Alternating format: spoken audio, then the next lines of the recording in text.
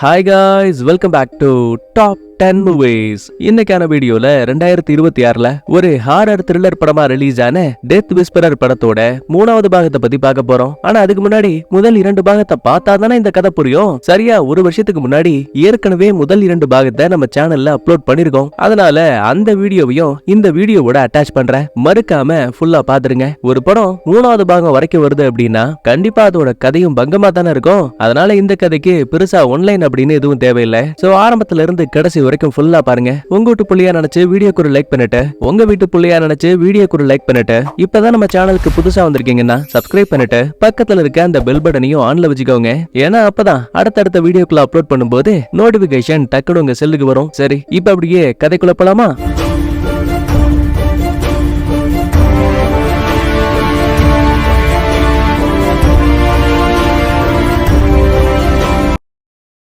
இப்ப முதல் பாகத்தோட ரீப்ளே. வானத்தை போல விஜயகாந்த் மாதிரி சோளக்காட்டுக்கு நடுவுல ஒரு வீடு. ஹீரோவுக்கு மொத்தமா கூட பிறந்தவங்க 5 பேரு. அதுல 3 தங்கச்சி 2 தம்பிங்க. இதுல மூத்த அக்காவையும் இளைய தங்கச்சியவும் அக்கா தங்கச்சினே மைண்ட்ல வச்சுப்போம். அப்புறம் கடைசியா 2வது தங்கச்சியா ஒரு பொண்ணு இருக்கா இல்லையா, இவ்வளவு மட்டும் ஷார்ட்டா டீனான்னு மைண்ட்ல வச்சுப்போம். ஆக்சுவலா இந்த ஃபேமிலியில இருக்க எல்லாருமே ரொம்ப அன்பானவங்க. ஒரு நாள் 3 தங்கச்சிங்க ஒன்னா சேர்ந்து பள்ளிக்கூடத்துக்கு போகும்போது குறுக்க இருந்த ஒரு காட்டை கடந்து போயிருப்பாங்க. அப்ப வழியில ஒரு பெரிய மரத்தை கவனிக்கிறாங்க. ஆக்சுவலா அவங்க போகும்போது எதுவுமே இல்ல.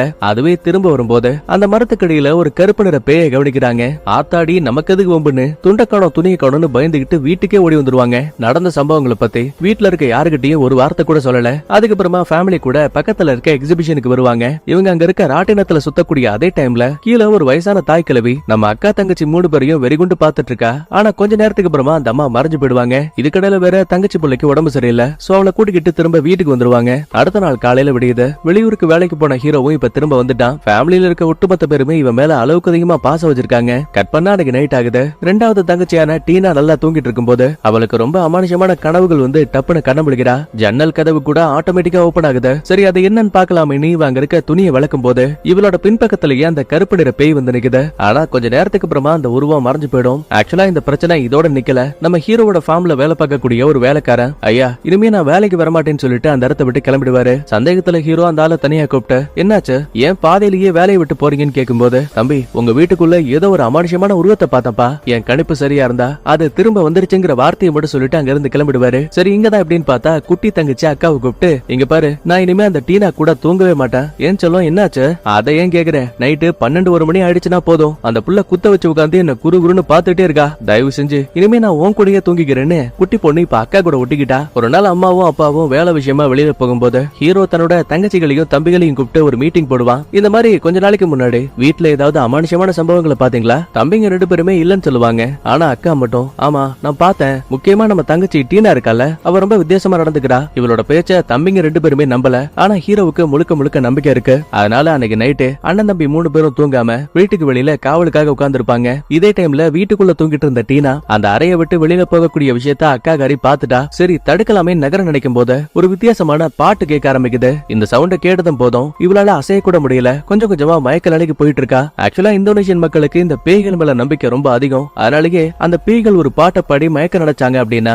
அதுல இருந்து தப்பிக்கிறதுக்காக தங்கட தாங்களே காயப்படுத்துவாங்க. அந்த வழி மூலமாவே வசியத்துல இருந்து பாதுகாப்பா எஸ்கேப் பண்ணுவாங்க. சரி இப்ப வீட்டுக்குள்ள இருந்த தங்கச்சிக்கு என்னாச்சுன்னு சோளக்காட்டுக்குள்ள தேடி போகும்போது அதே சோளக்காட்டுக்கு நடுவுல அந்த கருப்பு பேய் தலையை சாச்சபடி பேன்னு சிரிக்குது. துப்பாக்கி வச்சு சுட்டா கூட அந்த பேய்க்கு எதுவுமே ஆகல. கொஞ்ச நேரத்துக்கு அப்புறமா அது மறைஞ்சு போயிடும். அதுக்கப்புறமா அந்த சோளக்காட்டோட மறுபக்கத்துல இருந்து தங்கச்சியை காப்பாத்தி மறுபடியும் வீட்டுக்கு தூக்கிட்டு வந்துட்டாங்க. எப்படியோ ஒரு நாள் சமாளிச்சாச்சு. ஆனா அடுத்த நாள் மறுபடியும் அந்த பேயோட பாட்டு கேட்க ஆரம்பிக்குது. ஹீரோ தன்னோட கைய நெருப்புல காட்டி வசியத்துல மாட்டாம தம்பிகளையும் அக்காவையும் எழுப்பிட்டான். ஆனா தங்கச்சி டீனாவை மட்டும் காணோம். மறுபடியும் அவளை தேடி காட்டுக்குள்ள போகும்போது ஏற்கனவே ஒரு சீன்ல இந்த அக்கா தங்கச்சி ஒரு மிகப்பெரிய மரத்தை பார்த்திருப்பாங்கல்ல, இப்ப அதே மரத்துக்குள்ள அந்த கருப்பு பேய் போயிட்டு இருக்கு. பயத்துல டக்குன்னு ஹீரோ சுடுவான். ஆனா இந்த முறையுமே அந்த பேய்க்கு எதுவும் ஆகல. கூடவே தங்கச்சி இங்கதான் இருக்கா. சோ அவளை காப்பாத்திட்டு திரும்ப வீட்டுக்கு வந்துருவாங்க. நிலைமை கைமீறி போயிடுச்சுங்கிற விஷயத்த புரிஞ்சுக்கிட்டு எனக்கு ஒரு நல்ல மந்திரவாதியை தெரியும், நான் போய் அவரை கூட்டிட்டு வரேன்னு ஹீரோ கார் எடுத்துட்டு அங்க இருந்து கிளம்பிடுவான். அக்கா தங்கச்சி அம்மா இவங்க 4 பேர் மட்டுமே வீட்டுல இருக்கக்கூடிய நேரத்துல ராட்டனத்துக்கு மேல இருந்து ஒரு தாய் கலவியோட பேய பாத்திருப்பாங்கல்ல, திடீர்னு அந்த பாய் உள்ள வருது. டீனாவை வளைச்சு புடிச்சு அவ வாய்க்குள்ள கைய விட்டு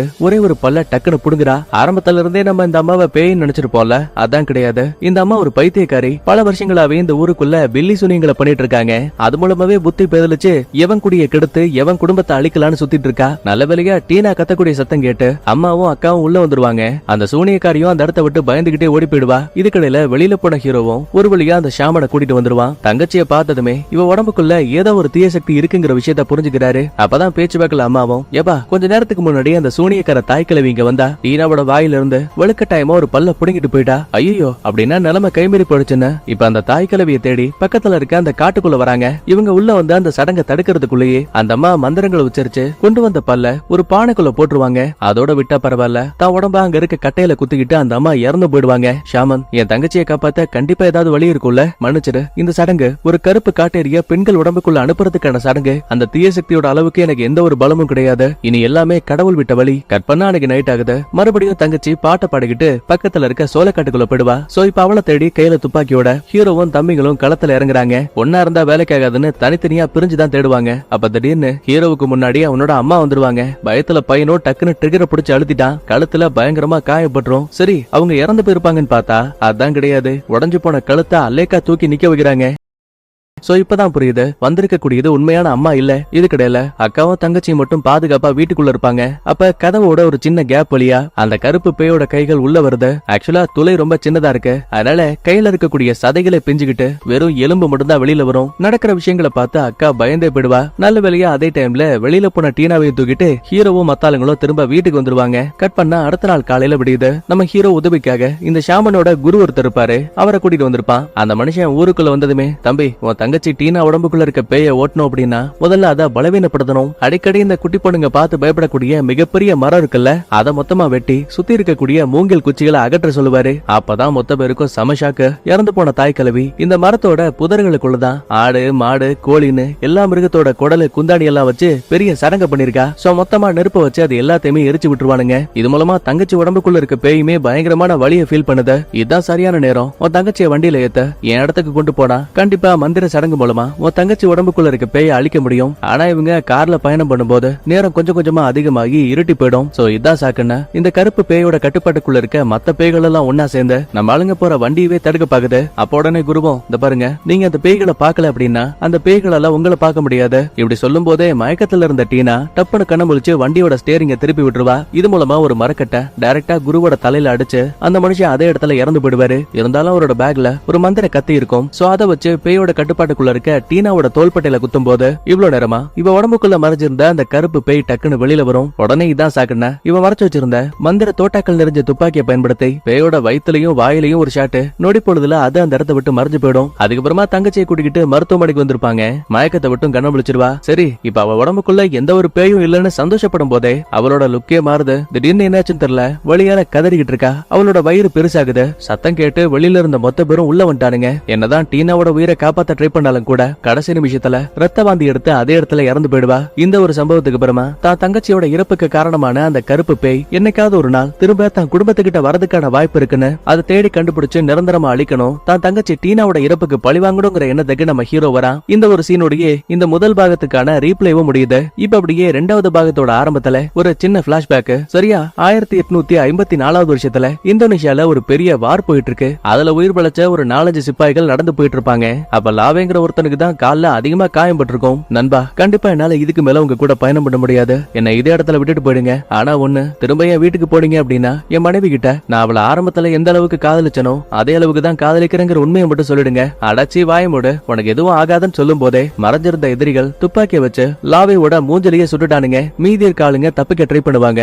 ஆனா கொடுமைக்குன்னு அந்த இடத்துக்கு வந்த எதிரிகள் பாரபட்சமே இல்லாம மொத்த பேரையும் சுட்டு கொல்லுவாங்க. கடைசியா குண்டடிப்பட்டு ஒரே ஒருத்தன் மட்டும் உயிருக்கு போராடிக்கிட்டு இருப்பான். எதிரிகள் வேற பக்கத்துல வந்துட்டு இருக்காங்க. தான் வாழ்க்கையே முடிய போதுன்னு மரண பயத்துல உட்கார்ந்து இருக்கும் போது சடனா அந்த இடத்துக்கு நம்ம ஹீரோவோட தங்கச்சியை சாகடிச்ச அந்த கருப்பு பேய் வருது. நீ உயிர் வாழ ஆசைப்பட்டா என்னால உன்னை காப்பாத்த முடியும். ஆனா அதுல ஒரு சின்ன கண்டிஷன், என்னோட ஆன்மாவை உன் உடம்புக்குள்ள போகிறதுக்கு நீ அனுமதிக்கணும். உயிர் பயத்தால யாமோ அதுக்கு சரின்னு சம்மதிக்கிறான். உடனே அந்த காட்டேரியும் தான் நாக்க துண்டா வெட்டி அதை அவனோட வாய்க்குள்ள வச்சு அமுக்கி விட்டுருவா. அடுத்த நொடியே அங்க வந்த எதிரிகள் எல்லாம் அவங்களுக்குள்ளேயே அடிச்சுக்கிட்டு இறந்து போயிடுவாங்க. இந்த இடத்துல அப்படியே டைட்டில் போட்டு படத்த ஆரம்பிக்கிறாங்க. கதை அப்படியே 1975க்கு நகருது. ஃபரோம்னு ஹீரோவம்னு சொல்லப்படக்கூடிய ஒரு சின்ன கிராமத்துக்கு நம்ம ஹீரோ ஷாமன் கூட வந்திருக்கான். பார்த்தா வீட்டுக்குள்ள ஒரு ஆளு கத்திய வச்சு தான் உடம்பையே தாறுமாறா கிழிச்சுக்கிட்டு பாட்டு பாடிட்டு இருக்கான். உடனே ஷாமனும் அடாச்ச மறுபடியும் நீ தேடி வந்த அந்த கருப்பு பேய் இங்க இல்ல, அதுக்காக இவன் உடம்புக்குள்ள இருக்க பேய அப்படியே விட்டு வைக்க முடியாது, மத்த மக்களுக்கு ஆபத்தானது, சரிப்பா நீ டக்குன்னு முடிச்சிட்டு வெளியில வான்னு ஷாமன் வீட்டுக்கு வெளியில வந்துட்டு அங்க இருக்கக்கூடிய படிக்கட்டுகளை அப்படியே தலைகீழா மாத்தி அடிக்கிறாரு.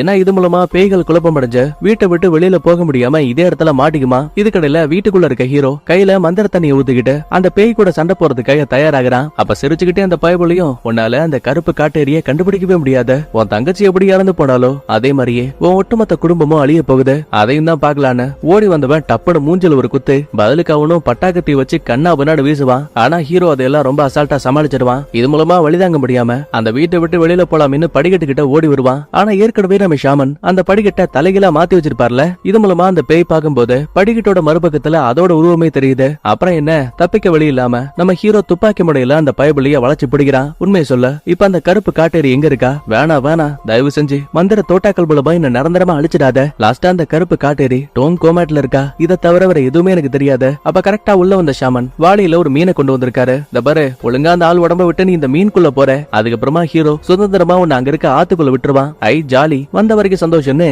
ரத்த வாந்தி எடுத்து அந்த ஆள் உடம்புக்குள்ள இருந்த பேய் இப்ப மீன் உடம்புக்குள்ள போயிடும். சரி ஹீரோ சொன்ன மாதிரி அந்த மீனை ஆத்துக்குள்ள விட்டு காப்பாத்துவான்னு பார்த்தா அதான் கிடையாது, நெருப்புல போட்டு மொத்தமா எரிச்சு விட்டுருவான். பக்கத்துல வந்த ஷாமனும் ஏப்பா அந்த பேய காப்பாத்துறேன்னு சொன்ன, நல்ல பேயா இருந்தா காப்பாத்திருப்பேன், பாவம் ஒரு அப்பாவியான மனுஷன் உடம்பையே கத்திய வச்சு கிழிச்சு விளையாட இருக்கான், இந்த பேய மட்டும் தப்பிக்க விட்டா கண்டிப்பா மக்கள் உயிருக்கு ஆபத்து வரும். அதுக்கப்புறமா இந்த டோங் கோமட் எங்க இருக்கு, இதுக்கு முன்னாடி அந்த கருப்பு காட்டேரி யாரையெல்லாம் கொண்டிருக்காங்கிற விஷயத்த செக் பண்ண ஆரம்பிக்கிறாங்க. அப்ப உடனே ஷாமனும் இந்த பாருப்பா டோங் கோமாட்ங்கிறது ஒரு பெரிய காடு, இருந்தாலும் அதுக்கு பக்கத்திலேயே சுவாங்கன்னு சொல்லப்படக்கூடிய ஒரு சின்ன கிராமம் இருக்கு. பல வருடங்களுக்கு முன்னாடி அந்த பேய் கிராமத்துல இருந்த 3 பேரை கொண்டு தகவல் வந்திருக்கு. இது மூலமா ஆத்திரம் அடைஞ்ச சொந்த பந்தக்காரங்க பேயோட கட்டுப்பாட்டுக்குள்ள இருந்த யாமுங்கிற ஆளோட வீட்டையே மொத்தமா எரிச்சிருக்காங்க. அப்படின்னா அந்த யாம் இறந்து போயிட்டானா, வாய்ப்பே இல்ல. பழங்கால கதைகள்ல இந்த கருப்பு காட்டேரியோட பேரு பூவி, இது எப்பவுமே தன்னை நிரந்தரமா யாரும் அழிக்க கூடாதுங்கிறதுக்காக தன்னோட நாக்க துண்டா வெட்டி அதை ஒருத்தர் வயித்துக்குள்ள வச்சிருக்குமா. அது மட்டும் இல்ல, இந்த பேயோட அடிமையா யார் இருக்காங்களோ அவங்களுக்கு மரணங்கிற ஒண்ணு கிடையாதான். இப்ப என்ன சொல்ல வரீங்க,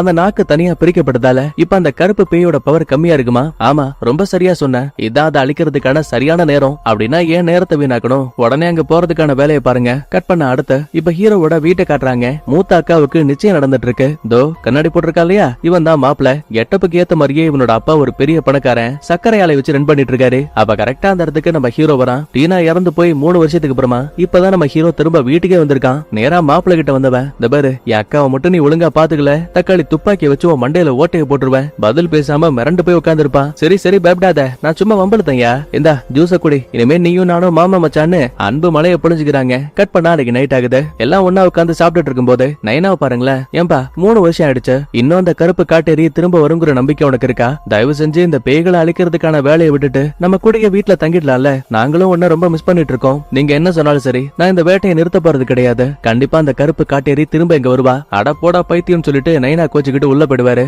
இப்ப தனியா வந்த ஹீரோ தம் அடிச்சிட்டு இருக்கும் போது தம்பிங்க 2 பேருமே அங்க வராங்க. அண்ணா அப்பா என்னதான் உங்ககிட்ட பயமே இல்லாம பேசினாலும் கூட அவருக்குள்ளயுமே அந்த பேய் திரும்ப வருங்கிற நம்பிக்கை இருக்கு. சொன்னா நம்ப கூட மாட்டேன். எப்ப நீ இந்த வீட்டை விட்டு வெளியில போனியோ அந்த நாள்ல இருந்து நைட் ஆயிடுச்சுன்னா போதும் கதவு ஜன்னல் எல்லாத்தையுமே லாக் பண்ணிடுவாரு. கையில ஒரு துப்பாக்கியோட நைட்டு ஃபுல்லா தூங்காம அந்த பேய் திரும்ப வருமானு காவல் காத்துட்டு இருப்பாரு. கவலைப்படாத எல்லாம் சரியாயிடும்னு தம்பிக்காரனை சமாதானப்படுத்துவான். அப்ப கரெக்டா குட்டி தங்கச்சியும் அக்காவும் அங்க வராங்க. அண்ணா நானும் அக்காவும் உன்னை ரொம்ப மிஸ் பண்ணுவோம், தயவு செஞ்சு அக்காவோட கல்யாணத்துக்கு நீ வந்துருவல்ல, சத்தியமா திரும்ப வருவேன்னு தங்கச்சி கிட்டயும் அக்கா கிட்டயும் ப்ராமிஸ் பண்ணிட்டு அடுத்த நாள் காலையில ஷாமனை கூட்டிக்கிட்டு பக்கத்துல இருக்க ஜுவாங் கிராமத்துக்கு வரான். நேரத்துக்குன்னு ஹீரோவோட கார் வேற பாதியிலேயே ரிப்பேர் ஆயிடுச்சு. யோ ஷாமன், உன்ன ஒரு வண்டியை வாடகை கெடுக்க சொன்னல, எங்க அந்த டோம் காமேட் காட்டுக்குள்ள போகிறோம்னு சொன்னாவே யாரும் வண்டி கொடுக்க கூட தயாரா இல்ல. அப்ப கரெக்டா அந்த இடத்துக்கு ஒரு மீசக்கார வராரு. நீங்க இந்த டோம் கோமாட் காட்டுக்குள்ள போக ஆசைப்பட்டா நான் என்னோட வண்டியை தரேன், ஆனா ஒரு கண்டிஷன், நானும் என் ஆளுங்களும் உங்க கூட வருவோம். எதுக்கு? அந்த காட்டுக்குள்ள மிருகங்களை வேட்டையாடுறதுக்காகவா? சிரிச்சுக்கிட்டே மீசக்காரனும், தம்பி நீ தப்பா புரிஞ்சுக்கிட்ட, நான் வேட்டையாடக்கூடியது மிருகங்களை இல்ல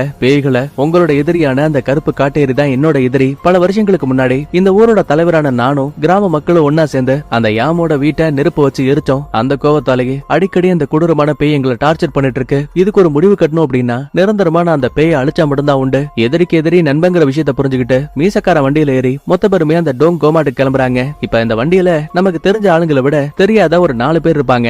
அதுல மொத 2 பேரு இந்த மீசக்காரனோட அக்கா பசங்க. ஒருத்தனை கெவின் மைண்ட்ல வச்சுப்போம், ரெண்டாவதா ஒருத்தன் முழு இருக்கா இல்லையா கிளார்க்னு மைண்ட்ல வச்சுப்போம். அப்புறம் இவங்க போற காட்டுக்குள்ள வழிகாட்டுறதுக்காக ஒரு வழிகாட்டி லாஸ்டா ஒரு சின்ன மந்திரவாதி. அப்ப இந்த கெவின் சும்மா இல்லாம, ஏப்பா உன் தங்கச்சிய அந்த கொடூரமான பேய் கொண்டுருச்சாமே, ஆனா அப்பவும் கூட பயமே இல்லாம நீ அந்த பேய் அழிக்கிறதுக்காக எங்க கூட காட்டுக்குள்ள வந்துட்டு இருக்க. தம்பி வாயை மட்டும் சும்மாரு, இது ஒண்ணும் காமெடி கிடையாது. இன்னொரு என் தங்கச்சியை பத்தி பேசுன காட்டுக்குள்ள இருக்க பேய்களோட சேர்த்து உன்னையும் மொத்தமா புதைச்சிட்டு போயிடுவேன். அப்போ உடனே மீசக்காரனும், உங்க சண்டையெல்லாம் கொஞ்சம் தள்ளி வைங்க, நாம போகக்கூடிய அந்த டோங் கோமாட் ரொம்ப ஆபத்தான ஒரு காடு. இன்னும் தெளிவா சொல்லணும்னா அங்க பேய்களோட மிகப்பெரிய படையே இருக்கும். தப்பி தவறி ஏதாவது ஒரு சின்ன தப்பு பண்ணா கூட போதும், உங்க எல்லாருக்கும் அமலா பால் கன்ஃபார்ம் ஆயிடும். அடுத்த கொஞ்ச நேரத்துக்கு அப்புறமா வண்டி ஒரு காட்டுக்குள்ள ஸ்டாப் ஆகுது. அப்ப கெவின் சும்மா இல்லாம அங்க இருக்க மரத்துல உச்சா போயிட்டு இருக்கான். ஷாமனுக்கு இத பார்த்து செம ஷாக்கு. இந்த பாரு, இப்படி எல்லாம் பண்றது தப்பான காரியம், இந்த காட்டோட பாதுகாவலர்கிட்ட நீ அனுமதி கேட்கணும். அட போயா, உச்சாவுக்கு யாரு பெர்மிஷன் கேட்பான்னு சொல்லிட்டு அவன் ஒரு பக்கத்துல மரத்துக்கு தண்ணி பாய்ச்சிட்டு இருக்கான். இதுக்கிடையில ஷாமன் ஏதோ பொண்ணு பக்கம் வந்த மாதிரி வெத்தலை பாக்கு வாழைப்பழம் எல்லாம் தட்டுல வச்சு, இந்த காட்டோட பாதுகாவலரே, நாங்க இங்க வந்தது யாருக்கும் தீங்கு விளைவிக்கிறதுக்காக இல்ல, யாமுங்கிற ஒரே ஒரு ஆளை தேடி வந்தோம். தயவு செஞ்சு நீங்க தான் ஆபத்துகள்ல இருந்து எங்களை காப்பாத்தணும்னு சொல்லிட்டு தரையில கத்தைய வச்சு குத்திட்டு அந்த மண்ணை பேத்தெடுக்க ட்ரை பண்ணுவாங்க. ஆனா ஷாமனால முடியல, ரொம்ப கஷ்டமா இருக்கு. அதனால ஹீரோ தான் உள்ள பூந்து கத்திய எல்லாம் வலுவா அழுத்தி மண்ணை தோண்டி எடுத்துருவான். ஆனா பாருங்க, இவங்க நடந்து போனதுமே தோண்டப்பட்ட சின்ன குழி ஆட்டோமேட்டிக்காவே க்ளோஸ் ஆகுது. இப்ப காட்டுக்குள்ள வந்ததுமே கிளார்க் சந்தேகத்துல பக்கத்துல இருக்க ஷாமனை பார்த்து, ஆமா இந்த டோங் கோமாட் காட்டுக்குள்ள இருக்க பேய்கள் எல்லாம் தங்களோட உருவத்தை புலிகளா உருமாத்துமாமே, அதெல்லாம் உண்மையா? மனுஷமான காட்டுக்குள்ள தானே நீயும் இருக்க, தனியா மட்டும் போய் பாரு, அந்த பேய் புலிகள் உண்மையா இல்லையாங்கிறது உனக்கே தெரியும். யோ மீசா, எதுக்காக உன் மாப்பிள்ளைகள் இங்க கூட்டிட்டு வந்த? முக்கியமா எனக்கு அந்த கெவினை பார்த்தாவே சுத்தமா பிடிக்கல. அட, உங்ககிட்ட ஒரு முக்கியமான விஷயத்த சொல்ல மறந்துட்டேன் பாரு. பல வருடங்களுக்கு முன்னாடி இந்த ஜுவாங் கிராமத்துல வாழ்ந்த 3 பேரு கருப்பு காட்டேரியால கொல்லப்பட்டாங்கல்ல, அது வேற யாரும் கிடையாது, தோ என் மாப்பிள்ள பசங்களோட அம்மா அப்பா அப்புறம் அத்தை தான் இறந்து போயிருக்காங்க. இத்தனை வருஷங்களா அந்த பேயை அழிக்கிறதுக்கான வழியை தேடிட்டு இருந்தோம். கட் பண்ணா இந்த ஊர் தலைவரும் மத்தாளுங்களும் ஒரு புத்த துறவியை கூட்டிட்டு வந்து அந்த யாம் அப்புறம் அவங்க கூடயே வாழ்ந்துட்டு இருந்த அந்த கருப்பு காட்டேரி, இது ரெண்டத்தையுமே கிராமத்துக்கு நடுவுல வச்சு நெருப்பு வச்சு எரிச்சிருப்பாங்க இல்லையா? சோ அந்த கிளிப்பிங்ஸ் எல்லாம் போயிட்டு இருக்குது. இப்ப அப்படியே பிளாஷ்பேக்கும் கட்டாக, சரி என்கிட்ட மந்திர தோட்டாக்கள் இருக்கு, இத வச்சு என் முன்னாடி அந்த கருப்பு காட்டேரி வந்தா கூட என்னால அழிக்க முடியும். ஆனா அதுவே உங்ககிட்ட என்ன ஆயுதங்கள் இருக்கு? தோ புத்த துறவியால ஆசீர்வதிக்கப்பட்ட மந்திர வாள் இருக்கு. முக்கியமா என் கழுத்துல இருக்கக்கூடிய அந்த டாலர், இத கூட ஒரு துறவிதான் என்கிட்ட கொடுத்தாரு. இது இருக்க வரைக்கும் அந்த பேய்களால என் பக்கத்துல கூட வர முடியாது. ஆனா ஹீரோவுக்கு இந்த மீசக்கார மேல ஒரு சின்ன சந்தேகம் மட்டும் இருந்துகிட்டே இருக்கு. அடுத்த கொஞ்ச நேரத்துக்கு அப்புறமா ஒரு பாறைகள் நிறைஞ்ச இடத்துக்கு வராங்க. அப்ப அந்த இடத்துக்கு ஒரு மிகப்பெரிய ராட்சச பாம்பு வருது. ஷாமனுக்கு ஒரு நிமிஷம் அல்லே இல்ல, யோ இது ராஜநாகையா, சம்பந்தமே இல்லாம நமக்கு முன்னாடி வந்திருக்கு அப்படின்னா இங்க இருக்கக்கூடிய காட்டோட பாதுகாவலர்கள் தான் நம்மளை எச்சரிக்கிறதுக்காக இந்த பாம்புகள் அனுப்பியிருப்பாங்க. தயவு செஞ்சு சொல்றதை கேளுங்க, நாம இந்த இடத்தை விட்டு வெளியில போறது நல்லது. ஆனா இந்த வழிகாட்டி பையன் சும்மா இல்லாம என்னோட பயணத்துல யாருமே குறுக்க வர முடியாதுன்னு மந்திரங்களை உச்சரிச்சுக்கிட்டு அந்த ராஜநாகத்தை சாகடிக்கிறதுக்காக கையில கத்தியோட பக்கத்துல போவான். ஆனா அது சும்மா கிடையாது, பச்சைக்கண்ணு தாவி கண்ணுல ஒரு கொத்து, உடம்பு ஃபுல்லா விஷம் ஏறி டக்குன்னு அதே இடத்துல இறந்து போயிடுவான். நடக்கிற விஷயங்களை பார்த்து கெவினுக்கு கோவம் தாங்கல, உடனே துப்பாக்கி வச்சு அந்த பாம்போட தலையை சுட்டு அதே இடத்துல கொன்றுவான். அட பாவி, காட்டோட பாதுகாவலர் அனுப்பி வச்ச பாம்பையே கொண்டுட்டியா? யோ அந்த பாம்பு நம்மால ஒருத்தனை கொண்டிருக்கு, அதுவும் கண்ணுக்கு தெரியல. கடுப்பான ஹீரோவும், இந்த பாருங்க, இந்த மாதிரி முட்டா பசங்களை வச்சுக்கிட்டு என்னால கண்டிப்பா உங்க கூட என்னால வர முடியாது. இதுக்கு மேல நானும் ஷாமனும் தனியா போறோம், நீங்க தனியா போங்கன்னு கோவமா கிளம்பும் போது சடனா உள்ள வந்த கெவினும், டேய் என்ன நானும் பாத்துட்டே இருக்கேன், சும்மா சும்மா என்னையும் நோடிட்டு இருக்க? 3 வருஷத்துக்கு முன்னாடி உன் தங்கச்சி அந்த பேய் கொல்லும் போது வேடிக்கை தானே பார்த்த, இப்ப மட்டும் தனியா போய் உன்னால அந்த பேயை கொன்ற முடியுமா?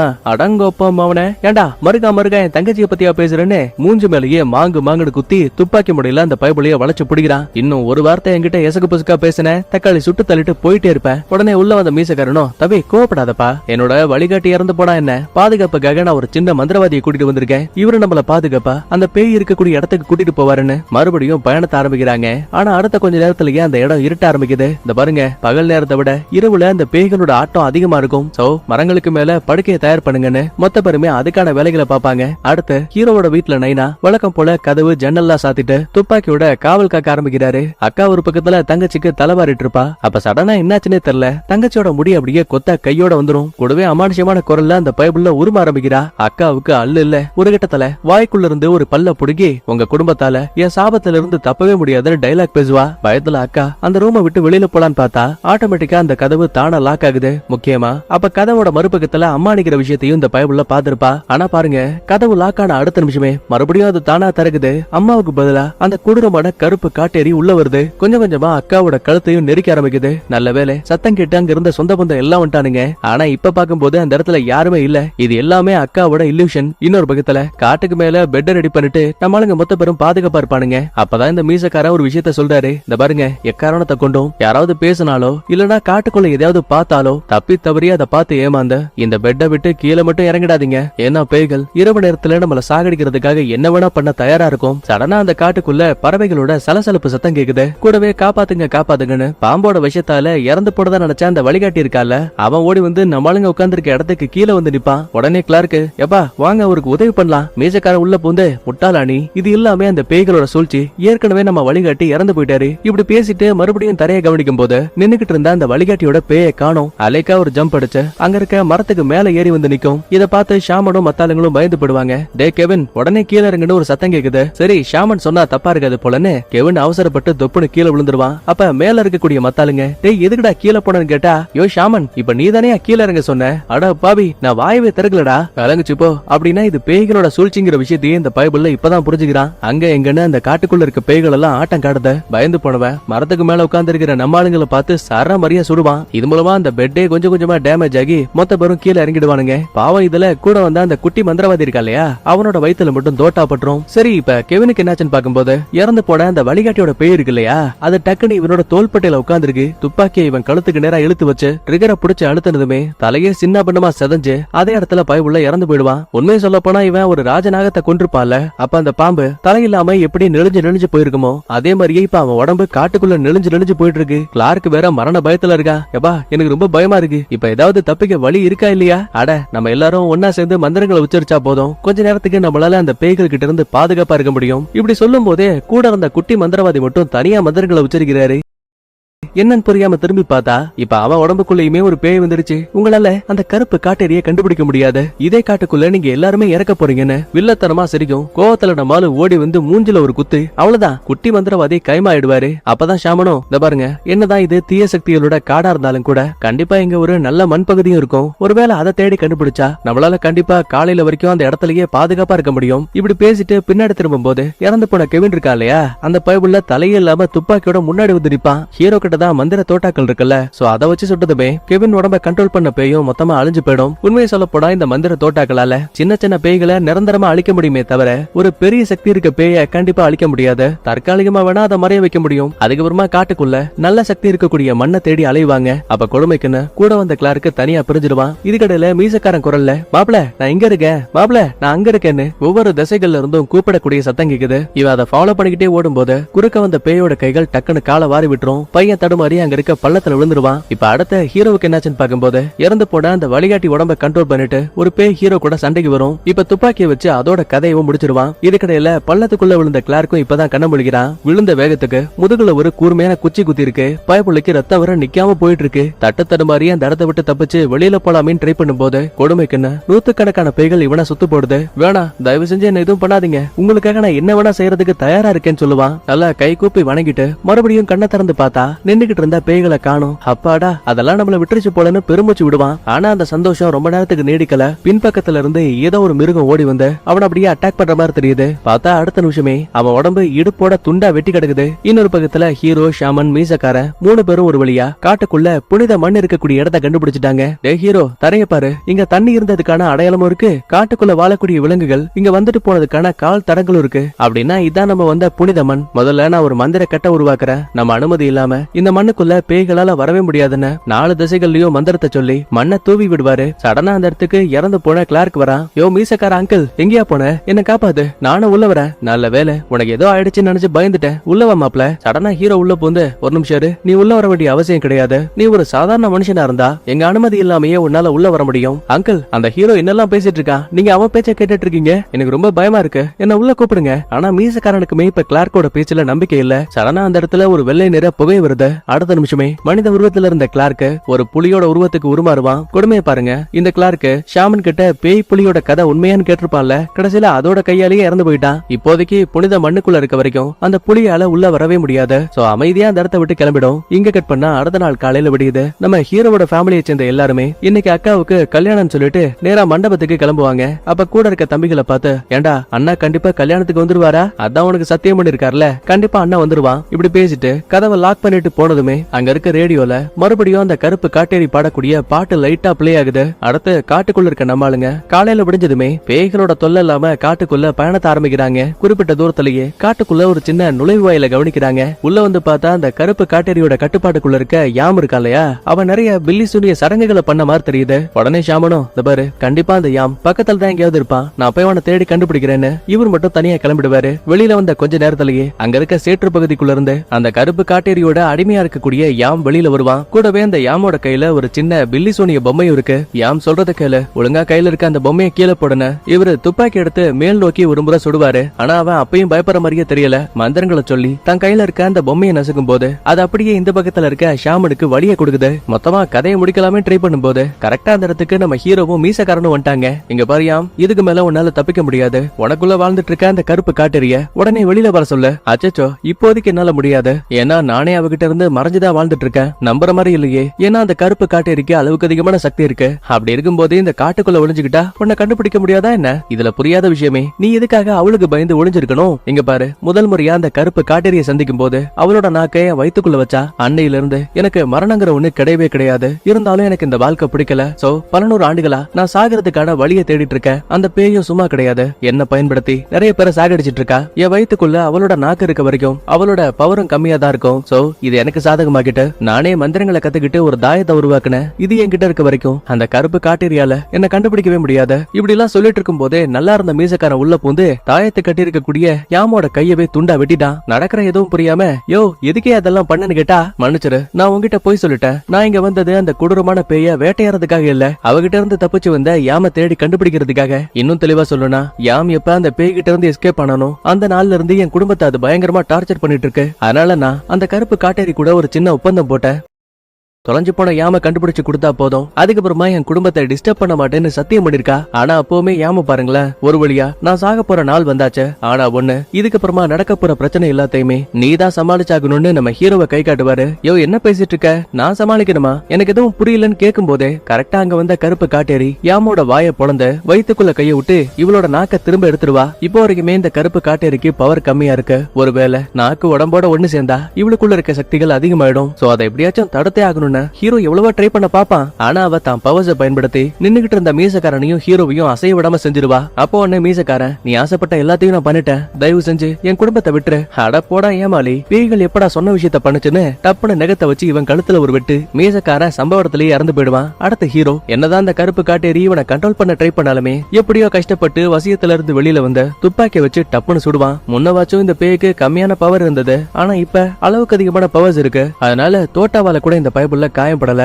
அதுக்கப்புறம் அதே துப்பாக்கியை பயன்படுத்தி நம்ம ஹீரோவோட நெஞ்சில ஒரு ஷாட். ரத்த வெள்ளத்துல நம்மால அதே இடத்துல இறந்து போயிடுவான். கவலைப்படாத, உன் தங்கச்சி டீனாவுக்கு துணையா நீ போயிட்ட, ஆனா உனக்கு துணையா உன் ஒட்டுமொத்த குடும்பத்தையும் அனுப்பி வைக்கிறேன்னு சொல்லிட்டு இப்ப அந்த கருப்பு காட்டேரி நேரா ஹீரோவோட ஃபேமிலியை நோக்கி கிளம்புது. அடுத்த இதே டைம்ல ஹீரோவோட ஃபேமிலி காலையில விடிஞ்சா கல்யாணம்னு சொல்லிட்டு மண்டபத்துல டெக்கரேஷனுக்கான வேலையெல்லாம் பாத்துட்டு இருப்பாங்க. அப்ப அங்க இருக்க லைட் எல்லாம் விட்டு விட்டு எரிஞ்சிட்டு இருக்கு. ஒரு நிமிஷம் இதை பார்த்து எல்லாரும் பயந்தாலும் கூட அக்காவுக்கு மட்டும் இப்போ வரைக்குமே ஹீரோ தன் கல்யாணத்துக்கு இன்னும் வரலையேங்கிற வருத்தம் மட்டும் தான் அதிகமா இருக்கு. வெளியில நிறைய டெக்கரேஷனுக்கான திங்ஸ் எல்லாம் இருக்கு, நான் போய் அதை எடுத்துட்டு வரேன்னு சொல்லிட்டு அக்கா கிளம்பும் போதே அம்மாவும் குட்டி தங்கச்சியும் நாங்களும் உன் கூட வரோம்னு 3 பேரும் கிளம்பிடுவாங்க. கொஞ்ச தூரத்துக்கு நடந்து வந்ததுமே அந்த இடத்துல இருந்த ஒட்டுமொத்த பவரும் கட் ஆகுது. அது மட்டும் இல்ல, தரையில இருக்க டைல்ஸ் வேற கண்ணாபின்னு உடையுது. ஆஹா, மறுபடியும் இந்த பேய் வந்துருச்சு போல, எதுக்கு வம்புன்னு 3 பேரும் கட்டி பிடிச்சுக்கிட்டு பொறுமையா நடப்பாங்க. அப்பதான் சந்தேகத்துல லைட்டா அந்த அக்கா திரும்பி பார்த்தா உண்மையாவே அந்த கருப்பு காட்டேரி இங்க வந்துருச்சு. இதே டைம்ல தனியா இருக்க ஹீரோவோட அப்பாவும் பசங்களும் சம்பந்தமே இல்லாம லைட்ஸ் எல்லாம் ஆஃப் ஆகுது. நான் போய் தங்கச்சிகளுக்கும் அம்மாவுக்கும் என்னாச்சுன்னு பாத்துட்டு வரேன்னு மாப்பிள்ள பையன் நேரா அங்க இருக்க கதவு கிட்ட போகும்போது ஆட்டோமேட்டிக்கா அந்த கதவு நகர்ந்து டப்புனு இவன் மூக்குலயே அடியும். திறக்க முடியாத அளவுக்கு லாக்கும் ஆயிடுச்சு. இப்ப அந்த பேயோட பாட்டு சத்தமும் கேக்குது. மொத்த பேருமே கொஞ்சம் கொஞ்சமா வசியத்துக்குள்ள போவாங்க. ஆனா நைனா சும்மா கிடையாது. நம்ம ஹீரோ போகும்போது இந்த மாதிரி ஏதாவது ஒரு ஆபத்து வந்தா உங்களை நீங்களே காயப்படுத்துங்க, அந்த வழி மூலமா பேயோட வசியத்துல இருந்து வெளியில வந்துருவீங்கன்னு சொல்லிருப்பான். சோ இப்ப அதே மாதிரியே எல்லாரும் எஸ்கேப் ஆயிடுவாங்க.